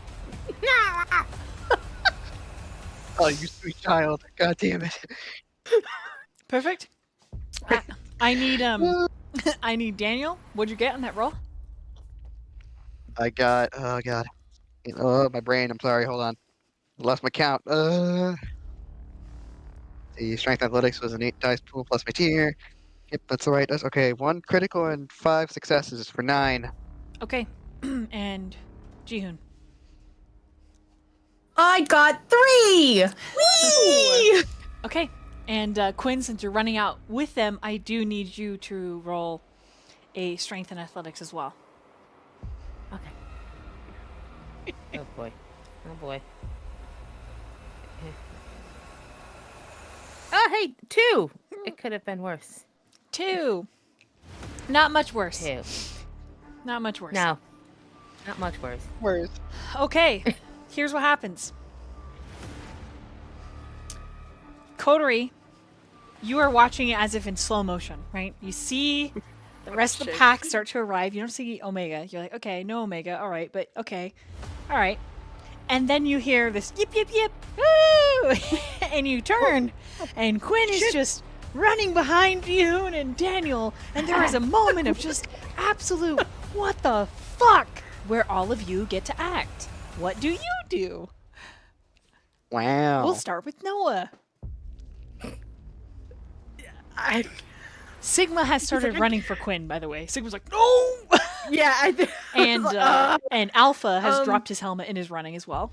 And so is Beta. And Delta is just like, well, this could end really horribly. I'm gonna if Sigma is grabbing for Quinn, I'm gonna grab for Jihoon. Okay, when you start running, Delta's like, no, no, no, what are you doing? And she starts running after you. Oh god. after me. that Evan's gonna fall after fast. Delta. I celerity that shit up. Yeah. Yep. Okay. All right. Cool. So that's what Noah's doing.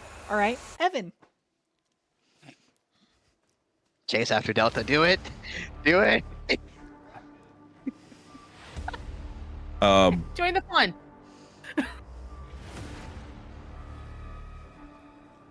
Evan can't. Actually. Because you said 1 point is superficial from leaving the house, correct? Yes.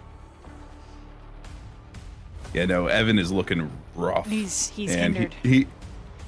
he just kind of stammers off and goes and sits by like the car and the bikes. Okay. Okay. And so then what does Malcolm do? Sees this happening, does not pursue.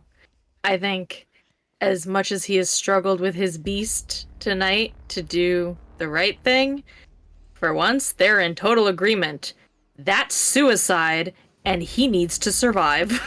Okay. So he's not going to chase. The rings that hang in between your breastbone are burning. They are very warm. I think he does reach up to like clasp them Okay. in surprise. As you do, there is a command that comes to mind. And you don't know where it comes from. And you don't know the price. And you don't know what it would mean if you said it out loud. But the words are there nonetheless. And the words are beckon thee, virtue of darkness.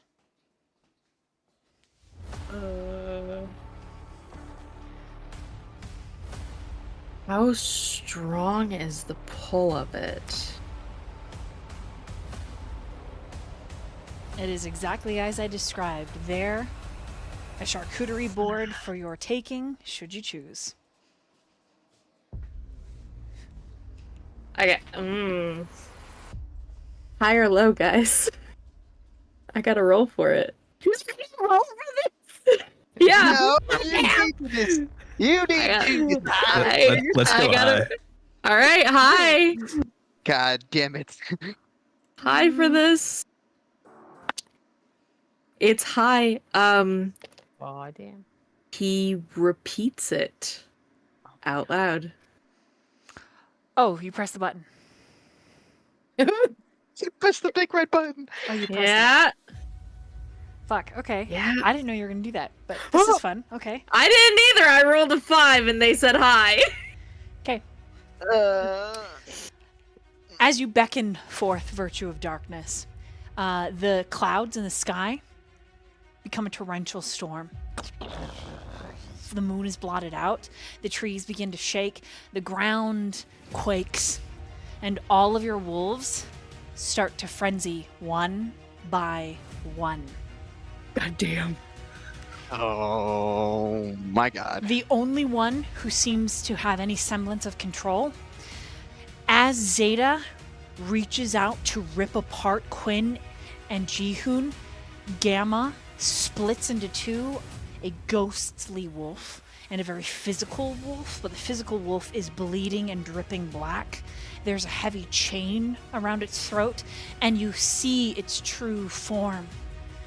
Shards of broken glass pierce through its large chest. It shrinks considerably in size as the illusions from that darker changeling slough off. And that injured wolf is the one that meets Zeta's palm, and his arm is cut off.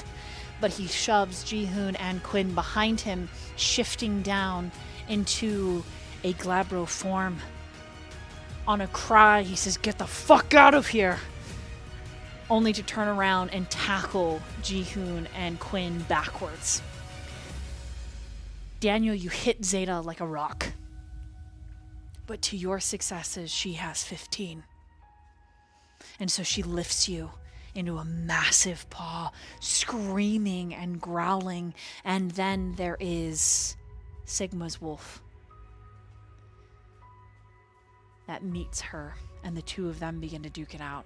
And a moment later, an incredibly large gray wolf slams into the pack of them, and they are all in Krynos form, tearing and biting and killing. And then this split in half wolf, large in her Krynos form. She steps forward, her arms elongated, kind of dragging on the ground like great weights. And she looks at Gamma. And then she's tackled from the side by this bright red flash. The only wolf that is not in Krynos form right now is Gamma. And he is taking Quinn and Jihoon, and he is running towards Evan and the vehicles, and he is saying, "We've got to go, we got to go, we got to go, we got to go, we got to go."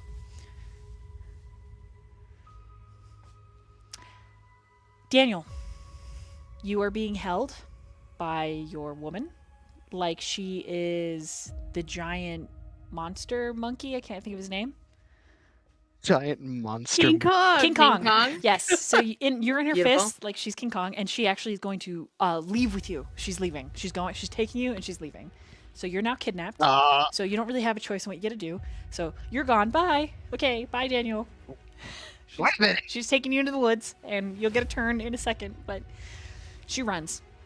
And then Sigma chases, and then the gray wolf chases, the bicolored wolf chases, the red shriek of color. You can't even see its Krynos form, it's so fast. It's just, they're all out there, and everything is getting darker and more intense and more pressurized. And those of you that are not being carried by Gamma and his cut off arm, like it's like his forearm just above the wrist cut off. I need all of you to roll wits and awareness. Me as well? Yes, you especially. Good. God damn. Let's relax. Like I was like running forward to get them, and then like full stop when Scamma turned around and tackled them. I'm like, oh fuck.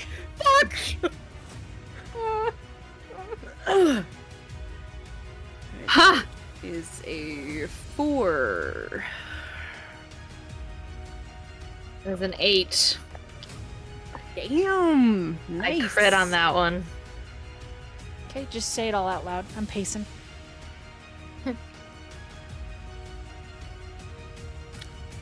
Yeah, so I got a 4. Okay. Malcolm got an 8. Evan's typing. Evan has a 2, Uh, but it's a bestial with that, so it's 3 with skull. Okay, Evan won't see it then. So just Malcolm Oh. and Noah.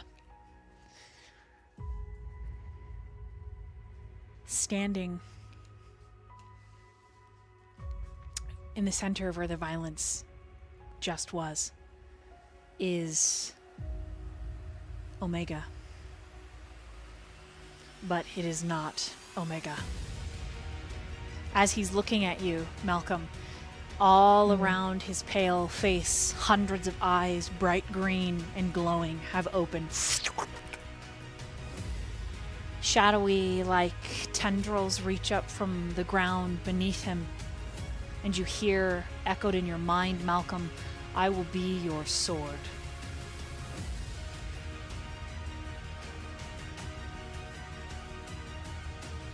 And so your Noah, boyfriend gonna you make see things worse. you see Omega and you see Malcolm, and there is this obvious connection in their gazes. There is some kind of exchange happening here.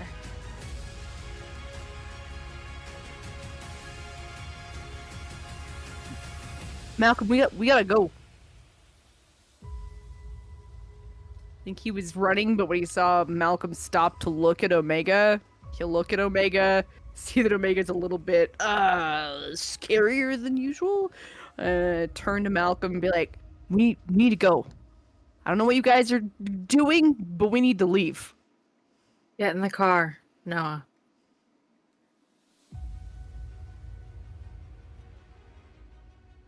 All right.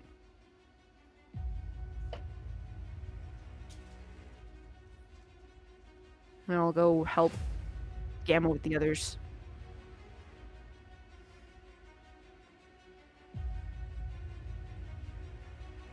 Malcolm, for a moment, just stands, staring, watching Omega.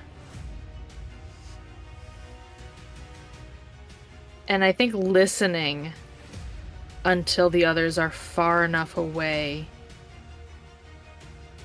before approaching Omega. Okay, as you step forward, his whole vigid's like a screen on a television. It you feel like electricity rays from out of nowhere, seemingly. You get probably within 20 feet, and several moths that are all black land on your shoulders, your face, just alighting gently. And Omega says, a sword, when summoned, does not yield. Thirst I now for the blood of thine enemies. Direct, and I shall cut.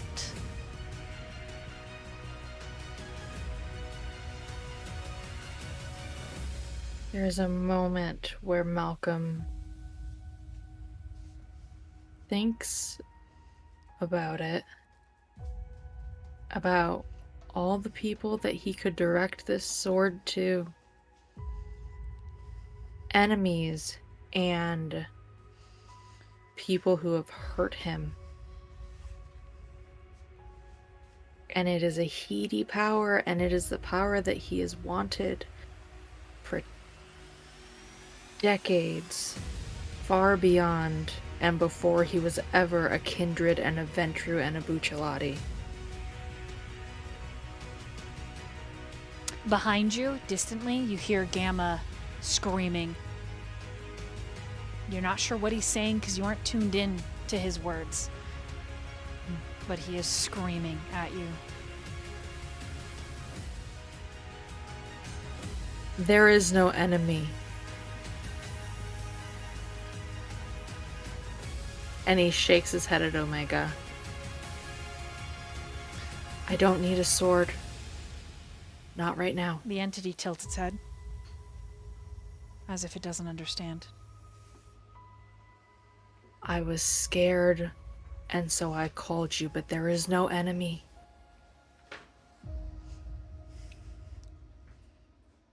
There's a beat of silence.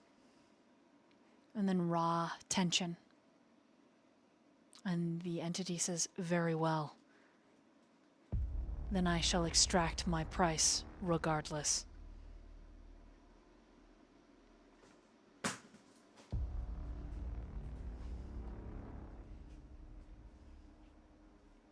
From where?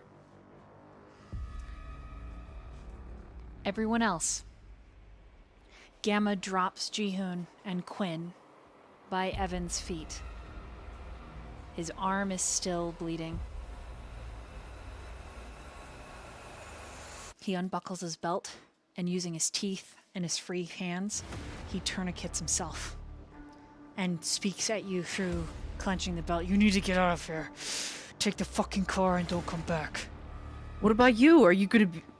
You sure you don't want to go with us? I have to go get the idiot over there. And he's motioning at Malcolm. And this is about the point, Jihoon, that you're coming to. And everyone that Gamma is talking to, besides Evan, who's so out of it right now. Evan is like, you're hearing what he's saying, but it's not quite processing. So I'll have you roll, but you're going to take a -2. So -2 dice penalty. So everyone else, go ahead and roll an intelligence and an insight. Insight. Any specifics? Can I use my little specialty thingamabob? Yeah, motives. Okay. Quinn also has motives. Can I use an inspiration? You can, yes. Yeah. It's a 3 from Quinn. I got a 4. Evan has a messy critical for 5. Okay. Oh my god. That would be a 7. What did Quinn get? 3? Oh, yeah. Okay. So everyone that got on the... It's a 4 and above. I'm sorry, Quinny. That's okay. She's having a night. So 4 and above. It is not from Gamma that you sense the inclination for any kind of suffering, pain, violence. Gamma intends to go get Malcolm and get the fuck out. That's his intention. No. When all of you look back and you see the entity's head tick, and then all the eyes, except for the main pair, move to look at Gamma, that thing is going to take whatever price. And Gamma is the target. That thing is not Omega, though it wears his flesh. There is no wolf anything looking at Omega right now.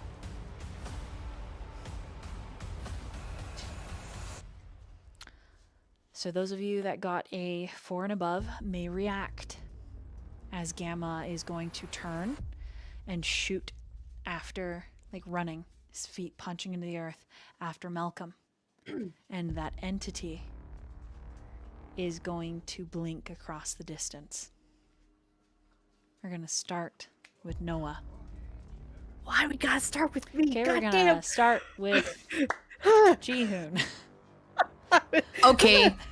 Jihoon notices the intent of the big eye creepy monster thing. Mm-hmm. Okay. I texted you, but Jihoon gonna grab Gamma and wrap his arms around him and pull with all of his little tiny mini might and protect him. Like he's like curling him into a little ball, and like he's gonna put his back to Malcolm and like hold him. And he's like, "You're not going out there. You can't. You don't have an arm, you idiot." Okay, so that's what Jihoon's doing. What is Noah doing now? If Jihoon's gonna do that, Noah's gonna kind of like in tandem with that, go to the car with Gamma. I will get I will get the idiot. Because I'm going to use celerity, and then I will blink over to Malcolm, and I will manhandle him if I have to. Okay. All right. What's Evan doing? Even though he got the messy critical, he's still kind of, he's able to respond, but it is, imagine like he's got like a flu, so he's pretty sluggish.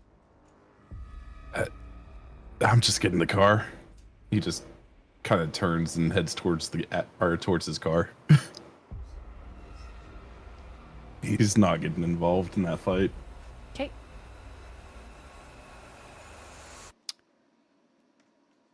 All right. Did I miss anybody that was over there? Okay, so it's just Quinny. Queenie. All right, Quinn. You are cued into what's going on. Not that the entity means any harm, but that your coterie is trying to stop Gamma from going over there, even though he's tourniqueted his arm. So you have a chance to cue in to that or ask any questions. Is the car started? Has anyone gotten in to start it? And that's kind of what Evan would be in the process of doing, I guess. Okay. All right. Yeah. Okay. And he'd specifically be getting his car. Okay. Is that the vehicle that Gamma was taking them to? Just towards the vehicles. Like towards the vehicle, so Yeah. we're not. So she sees them going. She's starting to actually start thinking that maybe running into that wasn't like the best idea. And maybe she needs to think about this. I think right now she's waiting. She's holding back the weight to see, like, getting closer to the car if they have to take off, because she knows she can't physically do anything. So I think it's more like her prep to, like, if we can finally get going, because this is bad. If that makes sense. Mm-hmm. Yeah. I think so she just kind of, like, I think she'd probably be following Evan, hoping that the others will get into the car, but knowing that she cannot make Gamma come back physically or, like, emotionally. Okay. So here's what happens. Jihoon and Gamma, you wrestle, right? You get it flipped over so that you're kind of pushing him back because he's not fighting you. He's like, no, I need you to get into the car. And Noah is blinking. And as Noah is blinking, Malcolm, you watch with horrific clarity the moment the entity disappears. You can see through its mind, and you know exactly what it will do. Gamma will not survive. Is there anything that I can do to stop this? What would you like to try?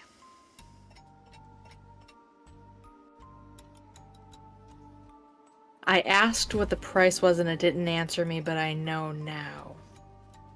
Is there a way that I can get to Gamma or something? Malcolm will pay the price if it will save Gamma.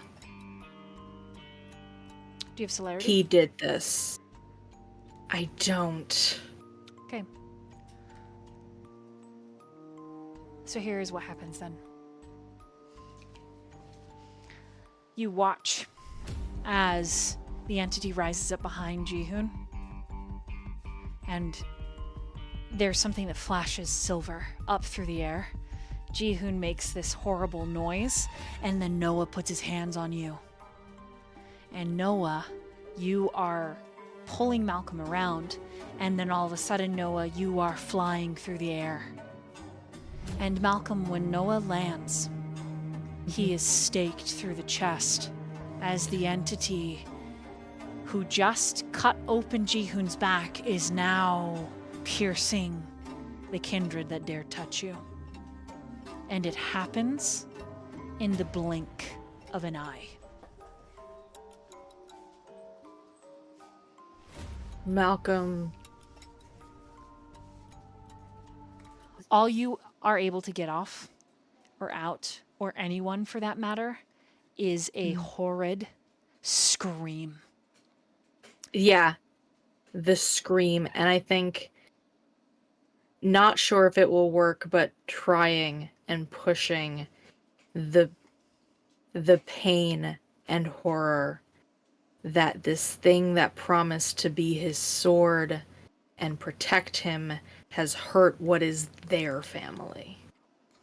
The entity pulls free the blade, Noah, and torpor ceases.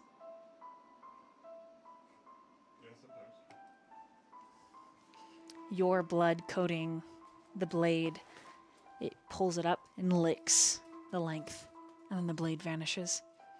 And as you approach Malcolm, it's like super fast. Quinn, Evan, you get to the car, and then all of a sudden Noah's sailing through the air.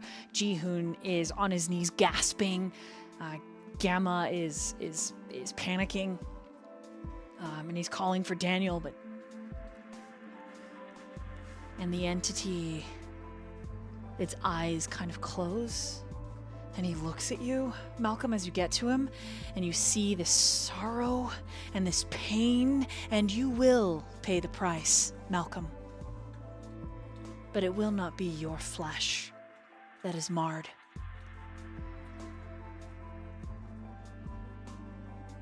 Omega steps back from you as the eyes close and the more wolfish features return. Noah, for the most part, is well enough. You've sustained 2 points of aggravated damage and 1 point of superficial, Noah. Cool. All right.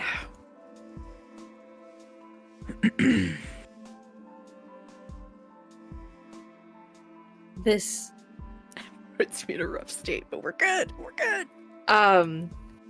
as Malcolm gets to Noah, you said that the wolfish features return. Is Omega here, or is this still like a manifestation As or you something? get closer, it's hard to tell.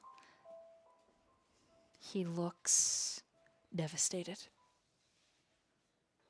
His back hunched forward, his face in distress, and he's looking at his hands and stepping back and looking at you and looking at Noah, despite Noah still moving, despite Noah coughing and like, oh God, despite having the undead fortitude.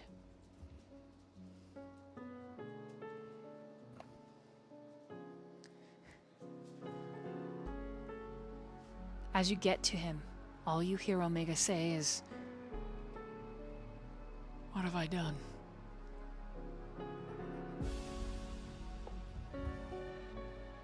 And the way he looks at you, Malcolm, is with fear. And then he looks down at the necklace and back up to your face. And he vanishes, as if he was never there in the first place.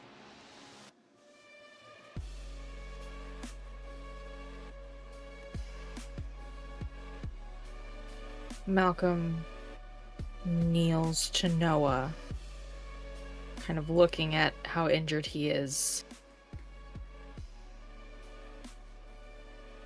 I'm all right. I'll be okay. Can you get up? Can you get to the car? Yeah. He'll help him.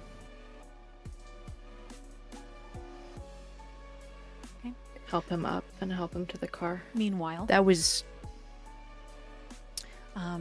in that same moment that the two of you, I'll come back so you can roleplay, but in the same you're moment good. that Malcolm is getting to you, Ji-hoon, Gamma, your legs give out and Gamma goes to the ground with you and he's holding on to you. And Quinn and Evan, you're standing not too far behind the two of them. And he's just saying, hold on. Don't go. Are you okay? Look at me. And you find that it's hard to lift your head, Ji-hoon. Your hunger is increased to 4.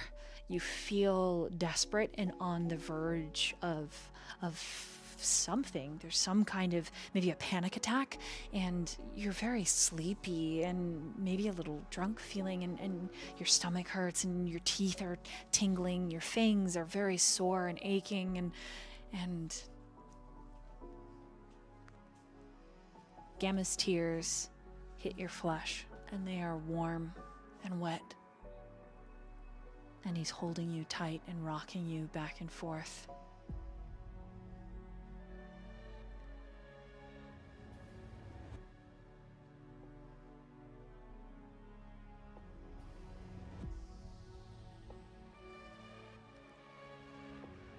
Am I awake enough to respond?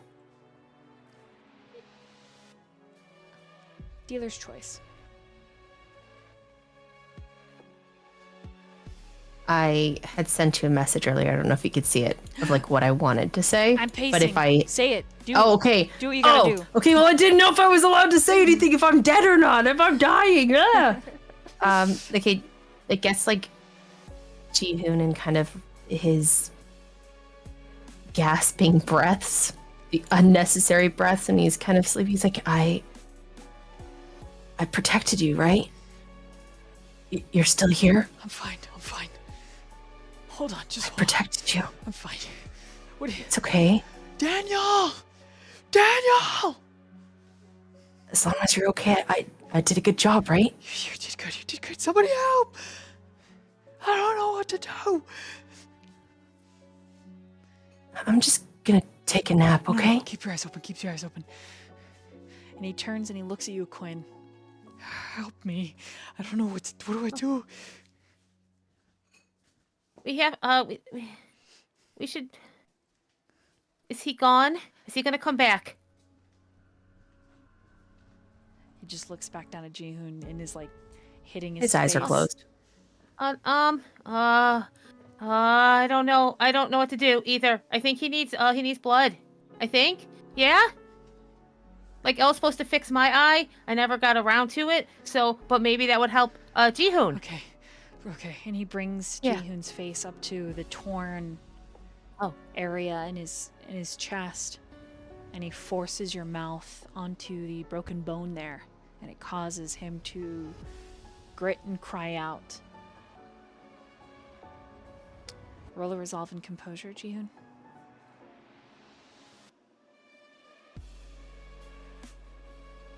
Okay.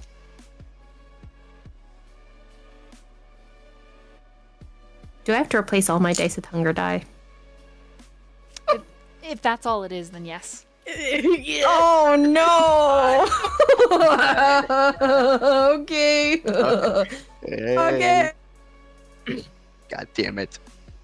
Oh, that's okay though. That's okay, right? Yeah, those are okay. I did all right. 1, 2, 3, 4, 5 successes. Hell yeah. No skulls though, and none of those terrible other things. Yeah, 3. Oh, sure. With that many successes, you get to decide. Does Ji-hoon resist, knowing Gamma is injured? Or does he latch on because he is right next to the end?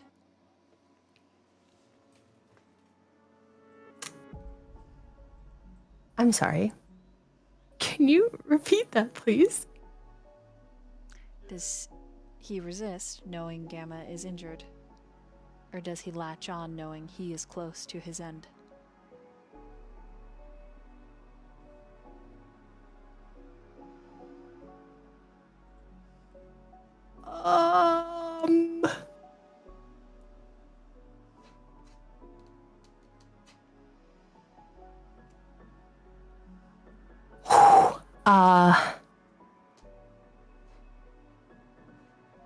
How close is Quinn? Quinn is probably 10 to 15 feet away. Same with Evan. They're both like getting in the car. Malcolm and Noah are on their way. Okay. I'm gonna be real with you. Hold on a second.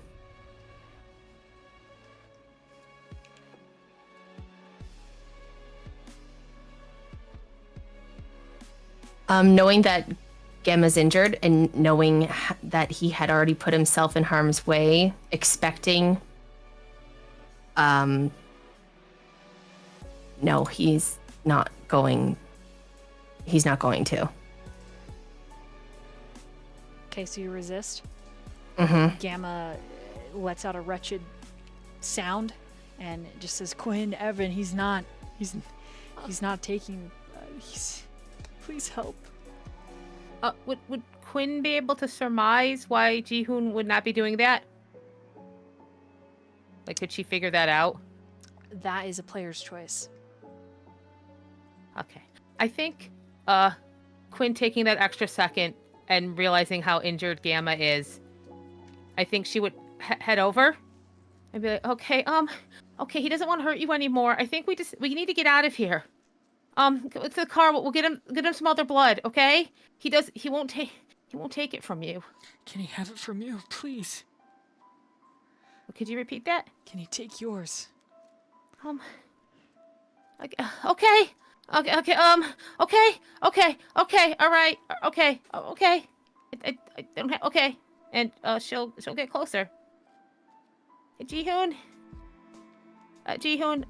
okay, you can't take some. I've got some, okay? Like, this is okay. I'm okay. And she'll like put her wrist kind of like in his face, like between Jihoon's face and Gamma's body. You are offered sustenance, Jihoon, and it is not from Gamma.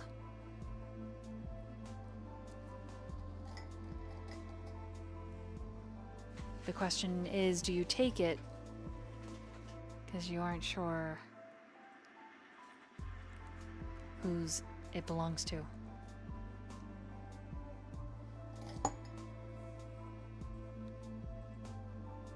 Do I hear Quinn? Wits and awareness with -2. Oh, ballsack. This is so bad. Okay, -2. That's all hunger dice. That's not. No. Oh no. Oh no. That's one success. You don't hear her voice. You hear it like kind of far off. Like, you know she's around. I think he tried to say, stop. You're too hurt. You're too hurt. Quinn bites into her own wrist and then puts it in Jihoon's face. All right, now you Hell yeah. get no choice now, Jihoon. It tastes divine, and she's. Ugh. Why are you so stubborn? Drink this blood. Do it. Come on. Okay, Quinn, you gain a hunger, and Jihoon, you lose a hunger. And a lot of your facilities fire back online.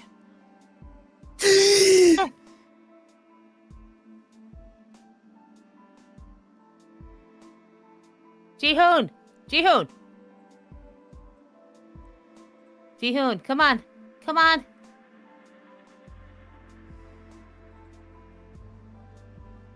What are you doing?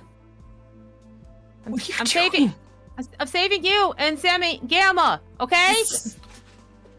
Gamma! And then he's gonna look.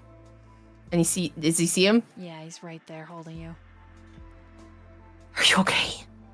So, he just hugs you tight against his chest.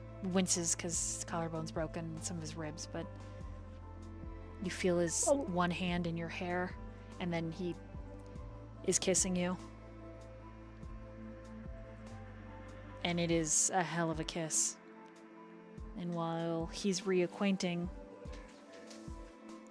we're gonna slide over to Malcolm and Noah, and then we'll get to each member of the coterie.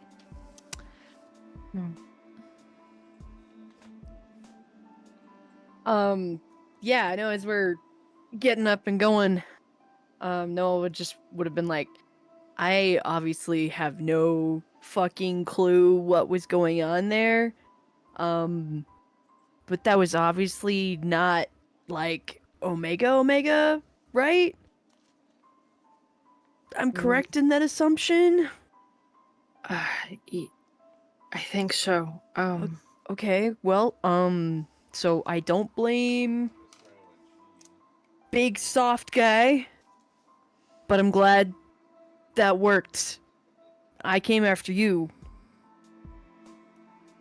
hoping. Cool. I'm glad I'm not dead though. Whew. I mean, I'm dead, but I'm not dead.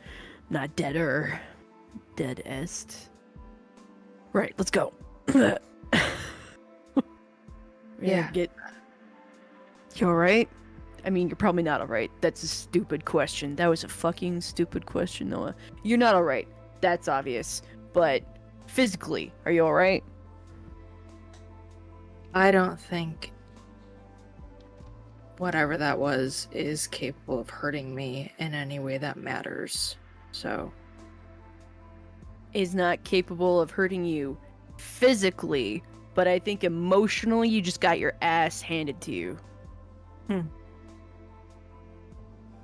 least mine would have been handed to me if I were you in that situation. Not gonna lie.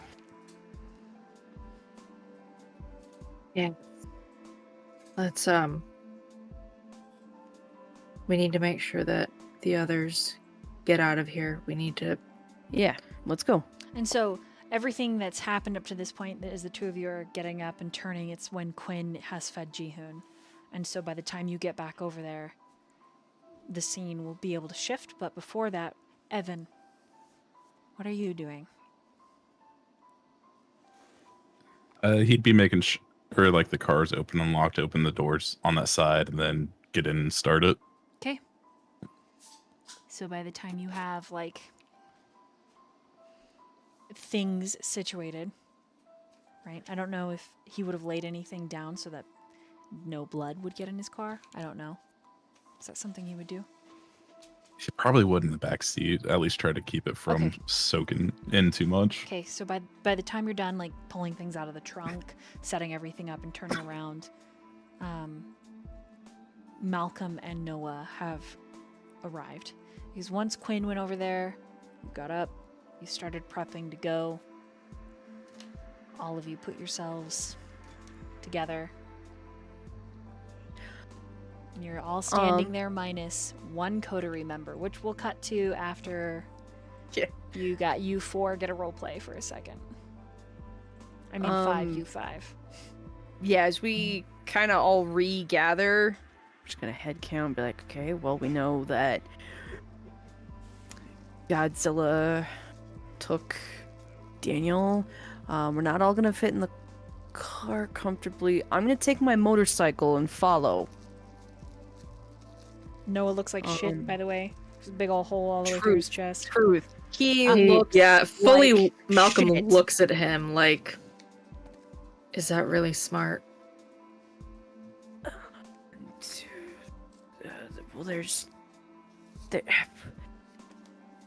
Evan doesn't have that big of a car, and there's you, me. Yeah, there's too many of us. It's fine. I'll just take the bike. I'll be right behind you. I'm not dead yet. The injured ones get in the car. What, you're not gonna take my bike? No, I'll figure out a ride. But What? No. Whoa. The We injured- all just get in the car and we all just sit on each other's laps and just suck it up. I don't like it, but it's better than one of you trying to get on a bike and dying on the road or something, okay? Can we just not? Fine. Can we Let's just get in the not car. do this anymore? Fine. Let's get in the car. We're not arguing. Let's get in the car. I just didn't You know, want only to one leave my person has to bike. sit on the lap. I could do it. Quinn's licking her wrist, kind of trying to seal it up and clean it. Yeah, I'm Yeah, pretty you know. like, yeah, it's fine. I'll just like, I gotta be honest, I'm a bit hungry. But I think I can handle it right now. Yeah, I'm like small.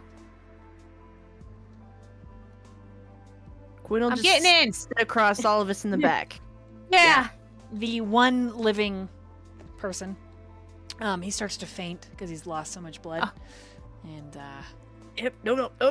yeah, Fuck. big body just starts to, like, kind of list. Oh no. And he just says, I think, In it- Jihoon, I think I need a hospital. Yep. Yeah. Sure does. All right, let's move. Okay. Get him in the car. Let's go. Gonna give you a little push, Gamma. You get the passenger seat, okay? As soon as he's in, he's out. He's starting to gray, Oh, fuck. starting to go I was- cold. I was like, does he have a preference of hospital? Shit. I know one. No, I know where to take him. Okay, are You we can't- sure? Don't bring him to see his dad, okay? Please don't. Yeah, He can't know. I'm out of ideas then. Well, if we go, we just can't tell anyone, okay? Can we just go to a different one? I think we should go to this one because they'll know how to take care of him. I'm sorry Okay. about his dad because I don't. But Okay. we have to. It's his life.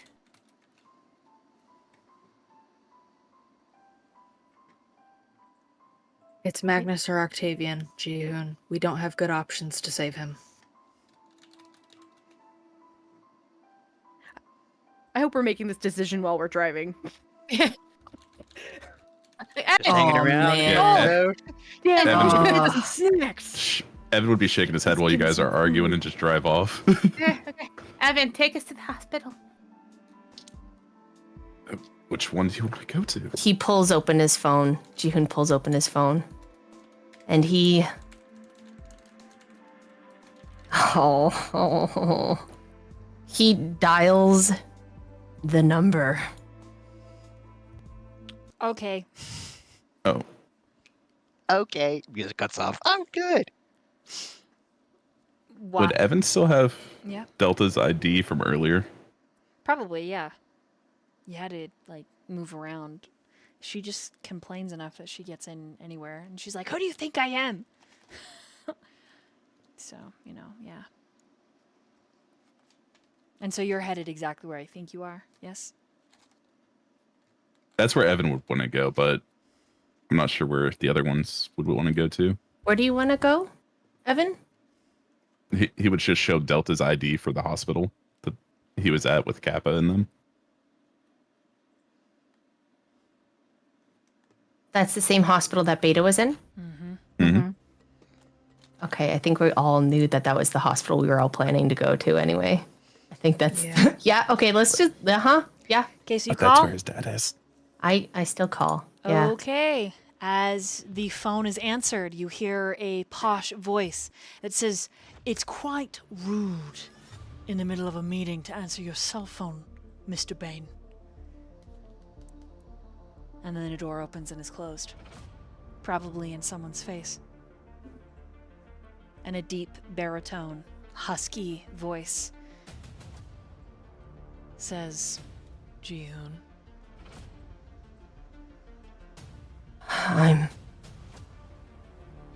Where are you right now? Working. What can I do for you? I need some help and I need to get into the hospital. I can't tell you more. I'll tell you later. I promise, but can you help me get in, please? Call ahead. I might need Please. more information. Are you injured? Yes. We all are. And all of you are in need of a medical team.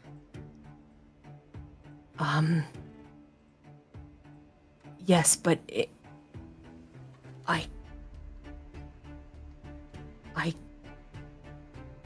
I'm sorry. I'll do anything. You don't see it as the player. Or as Ji-hoon, but as the player. And for chat. As these words filter into Magnus's cranium, his eyes dilate and he inhales nice and slow and deep. As he exhales, he repeats, anything.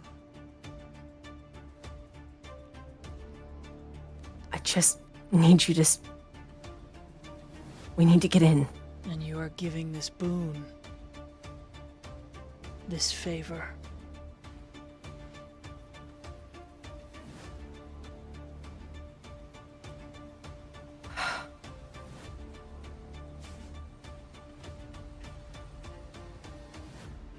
Who is it that you have that I need to save, that you would offer me anything I desire? Can't tell you. Magnus, I can't. Please don't make me tell you.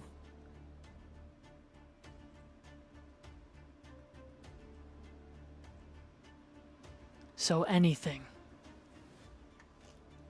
If you prepare a team, when we get there,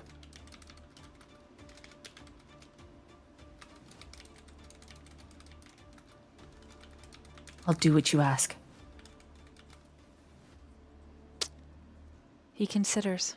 When you hear that he does so, he doesn't hang up, but it goes quiet.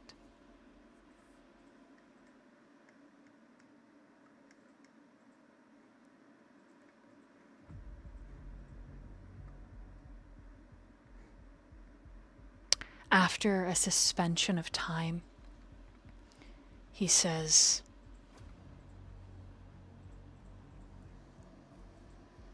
I will agree to your terms. You can't owe ask. me a favor, a great boon, Ji-hoon. And in return, I will make sure whomever you are with and yourself receives medical attention. And then he fires off an address. That's it. He just gives you the address, tells you to show up, says he'll be there. He says, thank you, sir. I'm sorry again. I know that this is inappropriate, but I didn't know where else to turn to. I'm sorry. And thank you. Thank you. We will see. And as always, you are most welcome. And then he hangs up. Ji-hoon? Would it be rude to ask who you just talked to? And where we're going? Ji-hoon's just looking at the phone.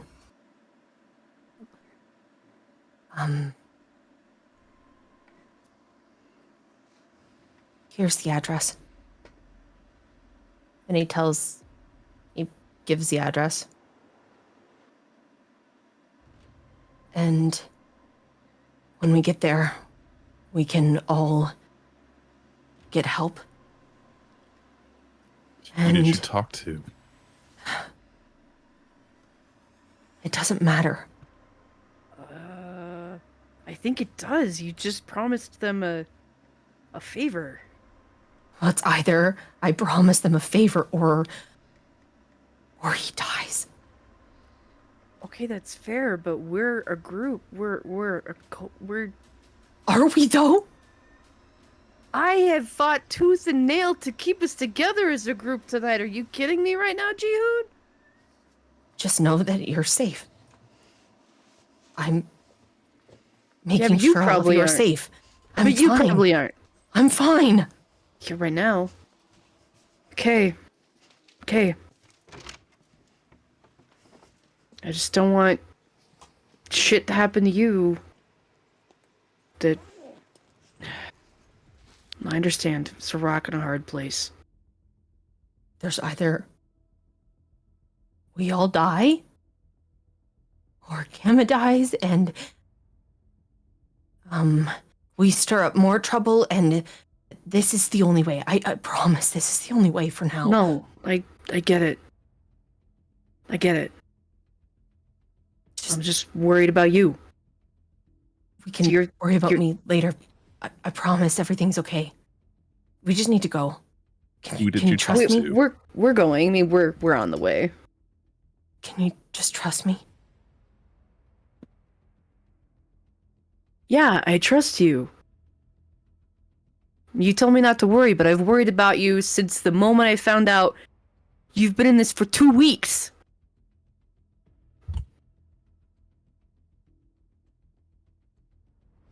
So I'm just concerned. That's all. I'm worried about the fact that you just had to make a deal with whoever you were talking to and won't tell us. 'Cause deals are worth more than money in our world. They're a big deal. I would know. I owe plenty. I mean, isn't it just like a promise? No. No, it's not. So just be careful. And if this backfires, I'll do what I can to help you. Hopefully it doesn't. That's all. But I trust you. And I trust that this was probably the best thing for Gamma. Because if this is the hospital that's already accustomed to treating their kind, then it's probably the best thing for him. Them, us, there is a team waiting for all of us so that you can get help, so that everyone can get help.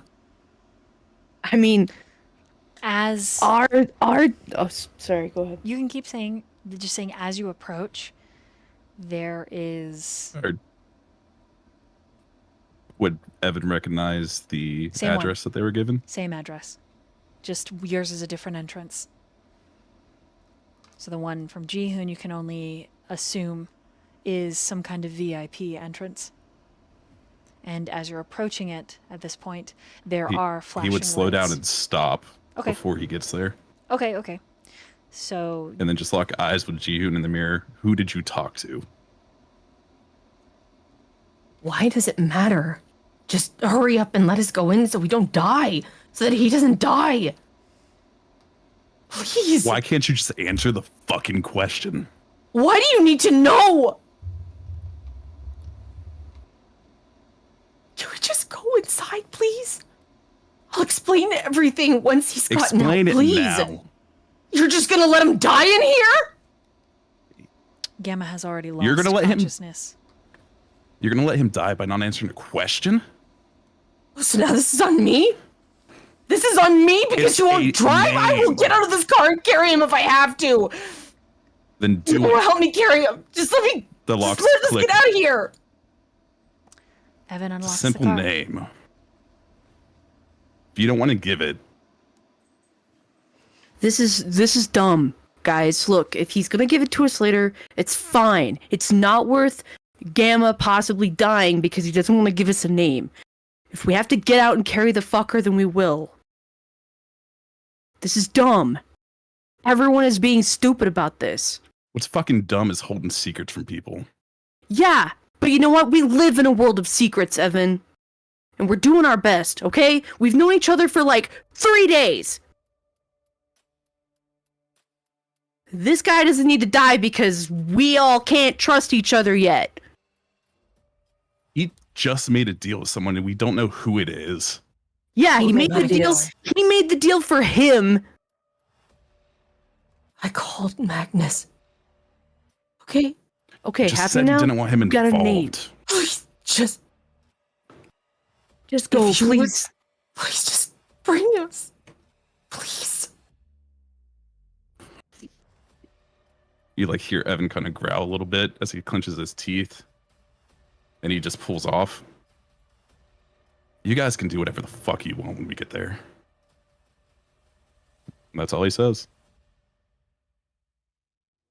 Okay. So as you approach, there is already beds, gurneys, hospital staff, men dressed like Second Inquisition, and Magnus.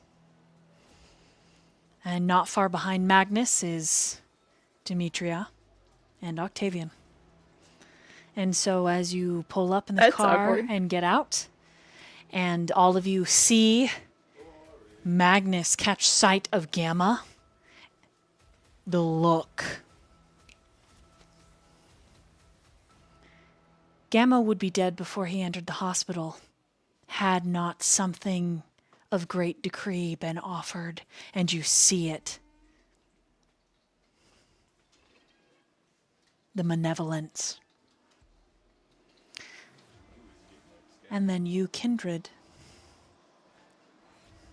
face off with Magnus.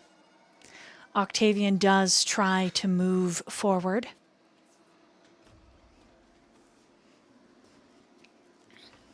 He attempts. That's my progeny. I have every right. And Magnus says, and according to your rights, we are in my domain. And therefore I am king. And Octavian does shift awkwardly and look at you, Malcolm. Malcolm. Come, Demetria.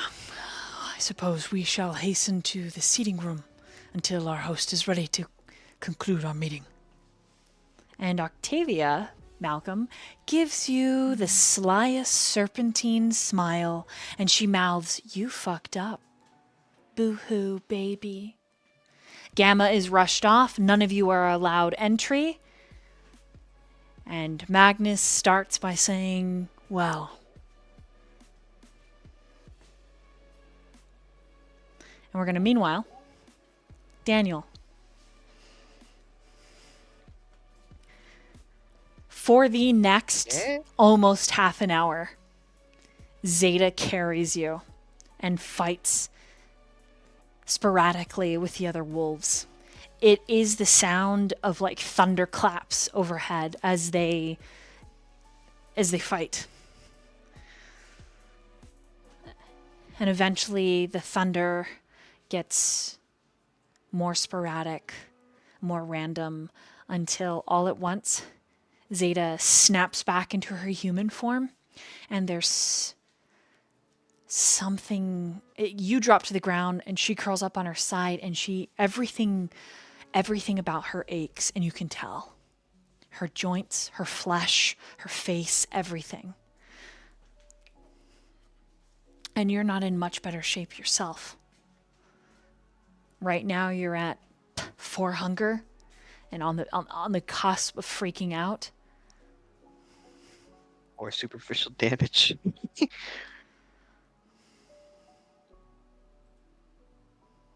And you hear, as the two of you are kind of trying to move closer to each other, there's a twig that snaps near your head. And when you look up, you are looking at a very tanned-skinned male. Scarred, head to toe. Each of the scars are puckered and wicked looking, like torture. And then Alpha bends down and he picks you up and he carries you to Zeta. And he pats the top of Zeta's head and she kind of whimpers, more wolf-like than human. And in that wolfish language, he says some things. And she nods, and then he looks at you, and he holds out a scarred wrist. And this wrist is scarred in such a way that these were self-inflicted, very obviously. And some of them are so thick and deep scars that he probably struck a vein more than once. And he strokes the top of your head gently, trying to offer some comfort, though he speaks no words. And he offers you that wrist and apologizes with his eyes. What do you do? Oh, Jesus. I think as soon as Alpha sets Daniel down next to Zeta, the moment he's on the ground, his body just almost instinctively, it just like lays over top of Zeta. Perhaps not even Daniel doesn't even look like he's even thinking about it. When he does it, his body just reacts. He doesn't know if it's his beast immediately trying to, in some semblance of authority, claim that she is mine, don't touch her. But his hands are... He keeps himself elevated above her as Alpha kneels down next to him. His mind is completely just filled with turmoil. Every single failsafe, every single fallback, every single backup plan practically has been taken out in the single span of maybe an hour. All because in one fell swoop he lost control for just a moment. Even if it wasn't fully lost, just enough. Just enough. And then as he feels the hunger sort of rising in the back of his mind as if diluted from the immense chaos of before, he's gonna, if he's offering, he will bite down.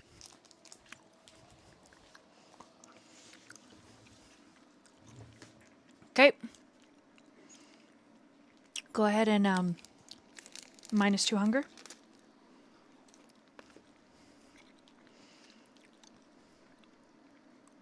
Any particular resonance with this blood?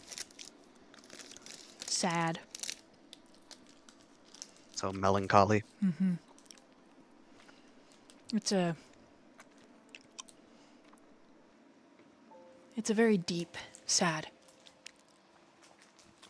Like the kind of ache when you lose someone and your grief is the absence of their existence, or maybe the tarrying of their existence in your soul made manifest. As Daniel feeds, one hand sort of reaches out as if the moment he detects the immense sadness in the blood. Third eye opens, leaking just a soft trickle with nothing to stop it. His hat was lost somewhere in the fight, so there's nothing stopping the blood from just dripping. His hand latches onto Alpha's shoulder in some semblance of comfort, sort of soothingly stroking along the shoulder as he eventually stops once the hunger is manageable. Can you walk?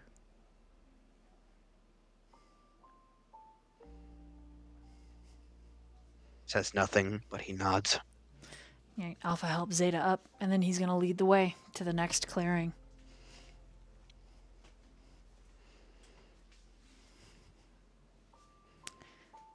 He will follow closely behind. In the next clearing, she's sitting in a puddle, bloody, exhausted, pouting. As soon as the three of you make an appearance, Delta just cuts in an exhausted way. I am sick of this. I'm sick of everyone trying to self-sacrifice. I'm sick of all of us just freaking the fuck out. I'm sick of this shit. I moved here so that this didn't happen. We kicked him out so that this didn't happen. The both of them. And here it is. How do we feel? Pretty good? We're feeling great? And Alpha comes over and picks her up and she's like, "Oh, not gonna talk to me. Awesome. Just gonna do the silent brooding, I'm an island thing, and we're not even gonna try to discuss this or make a plan or anything. Are we even gonna tell Magnus, or are you gonna lie about that too, eh? You're injured. Everybody's injured. Daniel's injured. Look at him, his forehead's bleeding. It's not an injury. Oh yeah? They can see it. You have a they giant can slash see it in your clearly now that they're- forehead. That's not a slash. That's an eye. Oh, well, could have fooled me. I was gonna say it was a vagina, but... And Zeta's like, D. Sorry, I am... Not sorry. Sorry, I'm not sorry. I am... So weird. Dressed. Yes. This keeps happening. This is the third night in a row. How can our life be normal? How can we all be together if this just keeps fucking happening?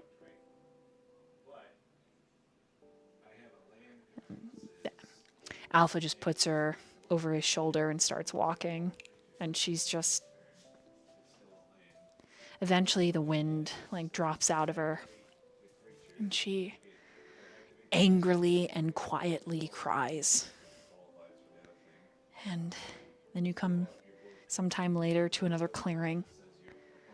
Zetas reaches out for your hand, and you hear before you step in, Alpha stops, and all three of the wolves, their ears shift, and then from their hair, it's like standing up. All of a sudden are their wolfish ears, or fox ears, and they're listening. Real quick, DM, as we were walking to the next clearing, let me make sure. Need to read something on Defy Bane. Let me see.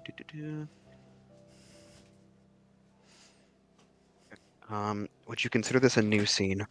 Yeah. Okay.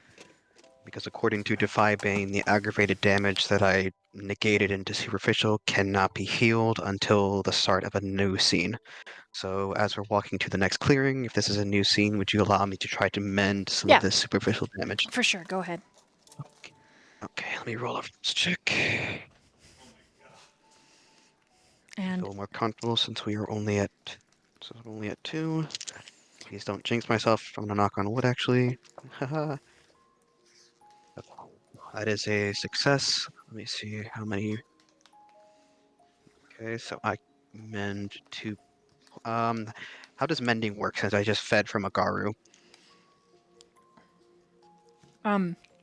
you mend 1 point extra. Okay, so I mend 3 points of superficial damage.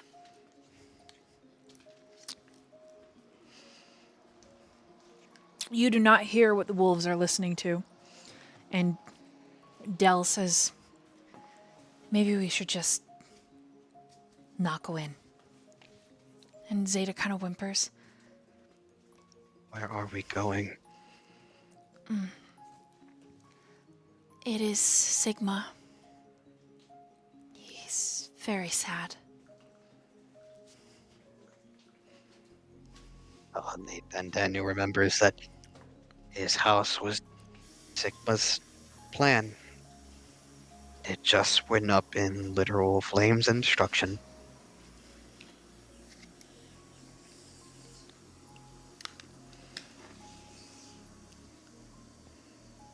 Part of our group, no?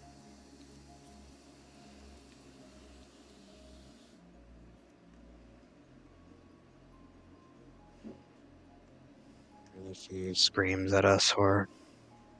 Well, I don't know what he could be feeling right now. We can't just leave him. Then Daniel's gonna start moving forward.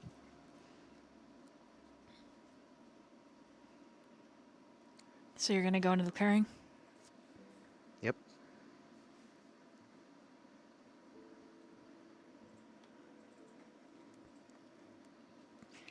As you do, you hear his quiet sobs, and you when you see him, he's like super fucked up and curled up on his side. Doesn't really have anything on. It's just fetal position, hugging himself, sobbing. And then at one point, he punches the dirt. And he's just like, fuck. Does this clearing look familiar? This is the woods outside, like away from your house, like around the lake. So it's I'm asking because what happened to Sigma happened in the woods, did it not? correct.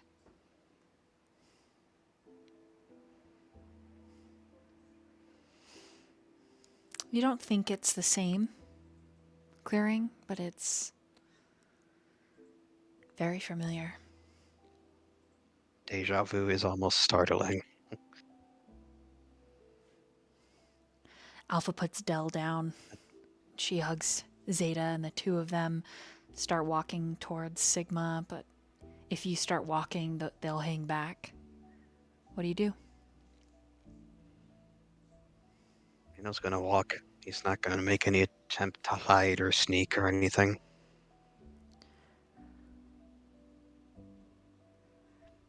Sometimes pain just needs to be expressed. Sometimes the valves are screwed so tight that eventually they split and strip and they loosen from all the pressure. And the water gets out. And you feel a mess. And that's what's happening.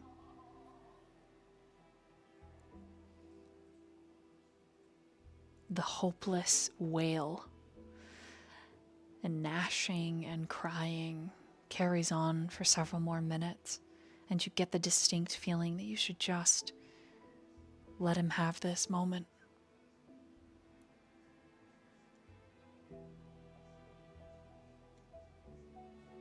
And I will. The moment Daniel makes it to Sigma's side, if he even lets him get that close, he would kneel next to him.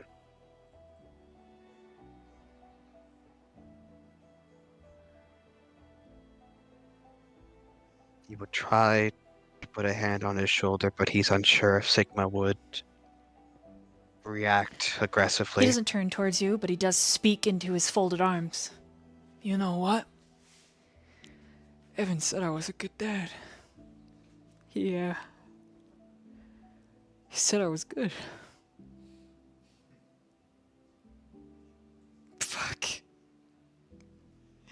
Fuck.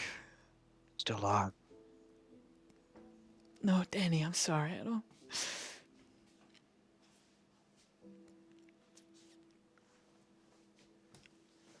You're wrong.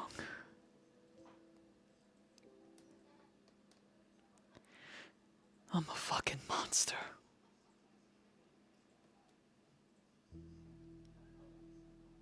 And he curls up tighter.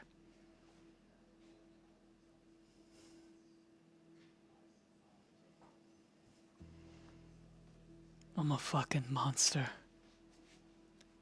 And there's nothing I can do about it. I tried not to rage. I tried to fight against it. I fucking can't. I don't win, Danny. I don't win.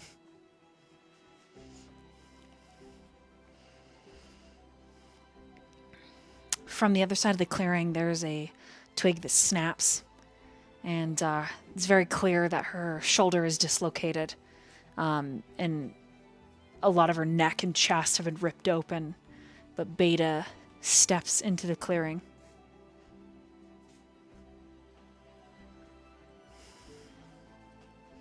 And both Del and Zeta make this whining yip.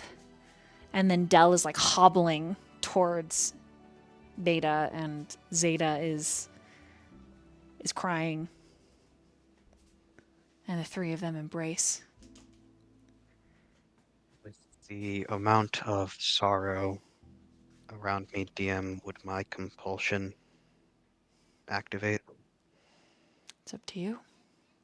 I think there's enough here for you to attempt, but at the same time, not a kindred. He's a different kind of supernatural. Doesn't matter to Daniel. He senses the pain, he senses the anguish, the hopelessness. Doesn't matter if it's kindred, human, or Garu. His very nature as a Salubri compels him to ease the suffering.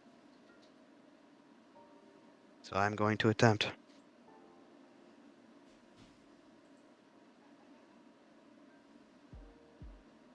What do I need to roll to attempt?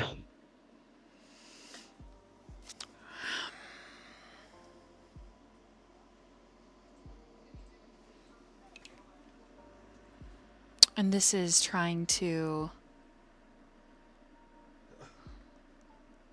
assuage like his pain at a little bit. Let's see. It would be similar to what I have done with Noah during one of my compulsions. Yes. Because suffering and grief do not just immediately disappear.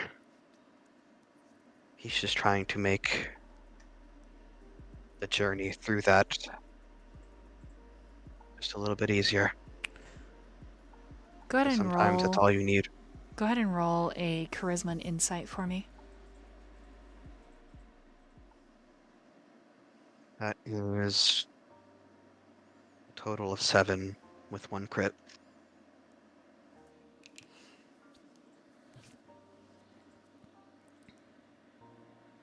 Sometimes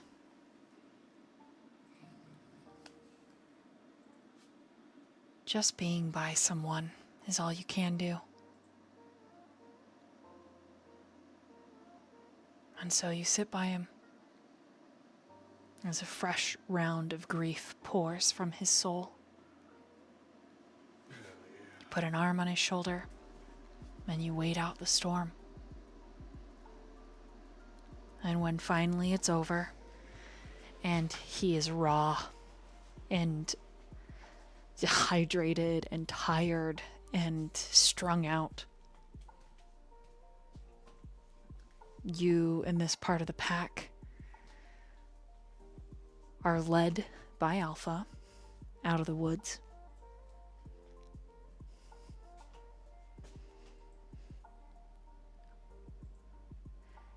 Before he leaves,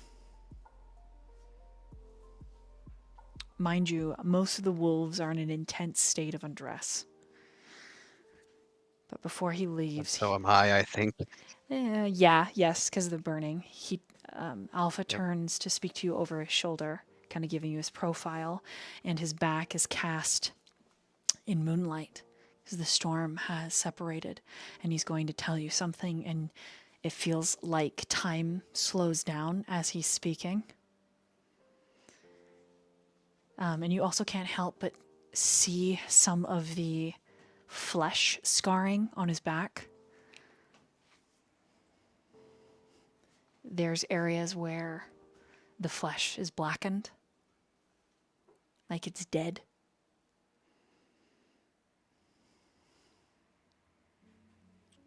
Regardless, Daniel Price.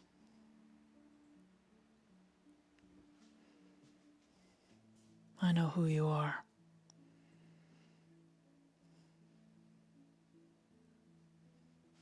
I know what you've done.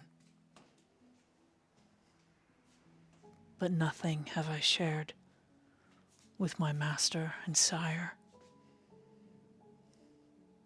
For the sake of the love you share with my... And he doesn't quite say sister, and you know that maybe he doesn't feel worthy. So he ends with Zeta. But what I am going to tell you, and he finally turns to look at you, is why I need to be allowed to stop Omega.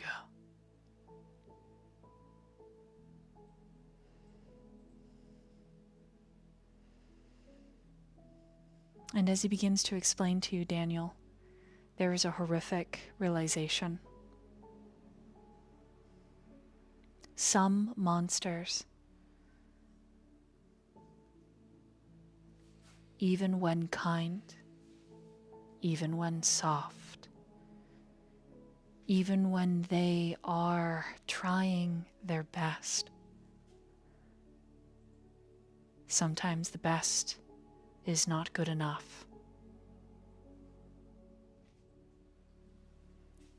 Sometimes just in their very existence, monsters destroy, they ruin, they rot and decay.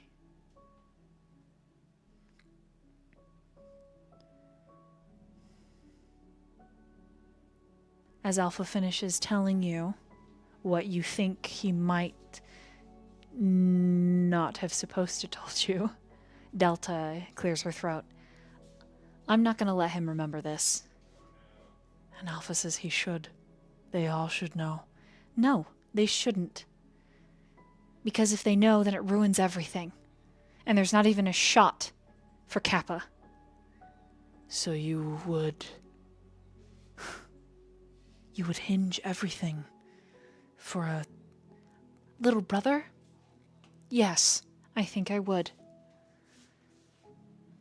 And Zeta says, I agree. I think we give them a chance. Even if Daniel doesn't fully remember, he'll make the right choice when the time comes. It puts everything at stake.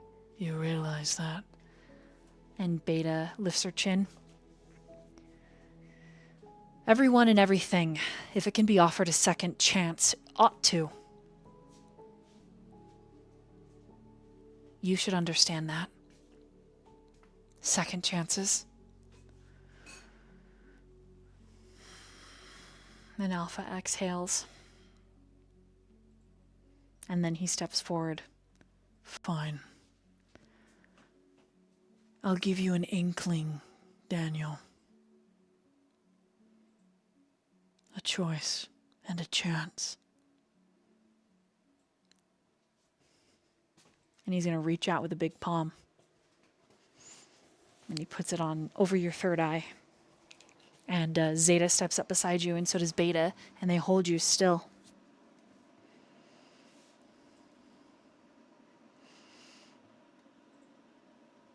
And as they do, Daniel, Beta just squeezes your bicep and says, you are going to make wise decisions. And you're going to trust those decisions, those first instincts. They're exactly what you think. And Delta's like, I think it's against the rules to give anyone any kind of guess, though what we're doing is absolutely insane, and I think we should just not do it, but fuck. And she starts pacing. And Zeta giggles. You really like Evan, don't you? This is not about Evan. This is about Kappa and Noah. And Beta rolls her eyes. Oh my god, I've been in a coma for how long, and even I can tell that this is about more than just Kay. So when do we get to meet this boy? Keep erasing his memory. Stop looking at me like that. It makes me uncomfortable. Since when has attention ever made you uncomfortable? I'm shy right now. And then Sigma lets out a little chuckle. Daniel. And all you're going to remember of this moment is Alpha told you the truth. He told you something about Omega, about the family, the Bane family, about their history. He told you something huge.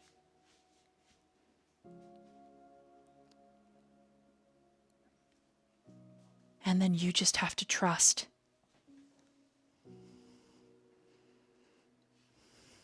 yourself, your choices, your heart to make the right choices. In other words, faith that you and your friends will save this family, or at least as many as you possibly can, while also saving yourselves. And right here, ladies and gentlemen, is where we're going to end tonight's session.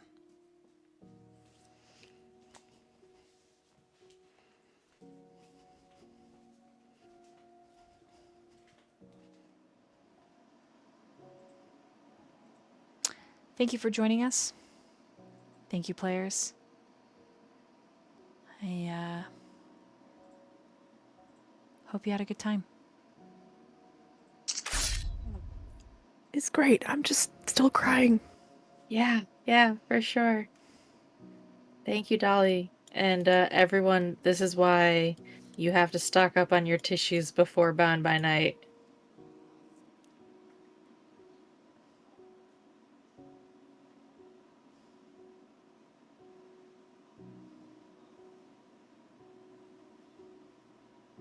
God damn.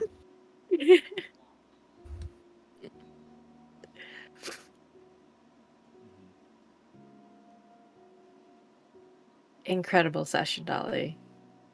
I am gonna go cry myself to sleep tonight, but incredible session.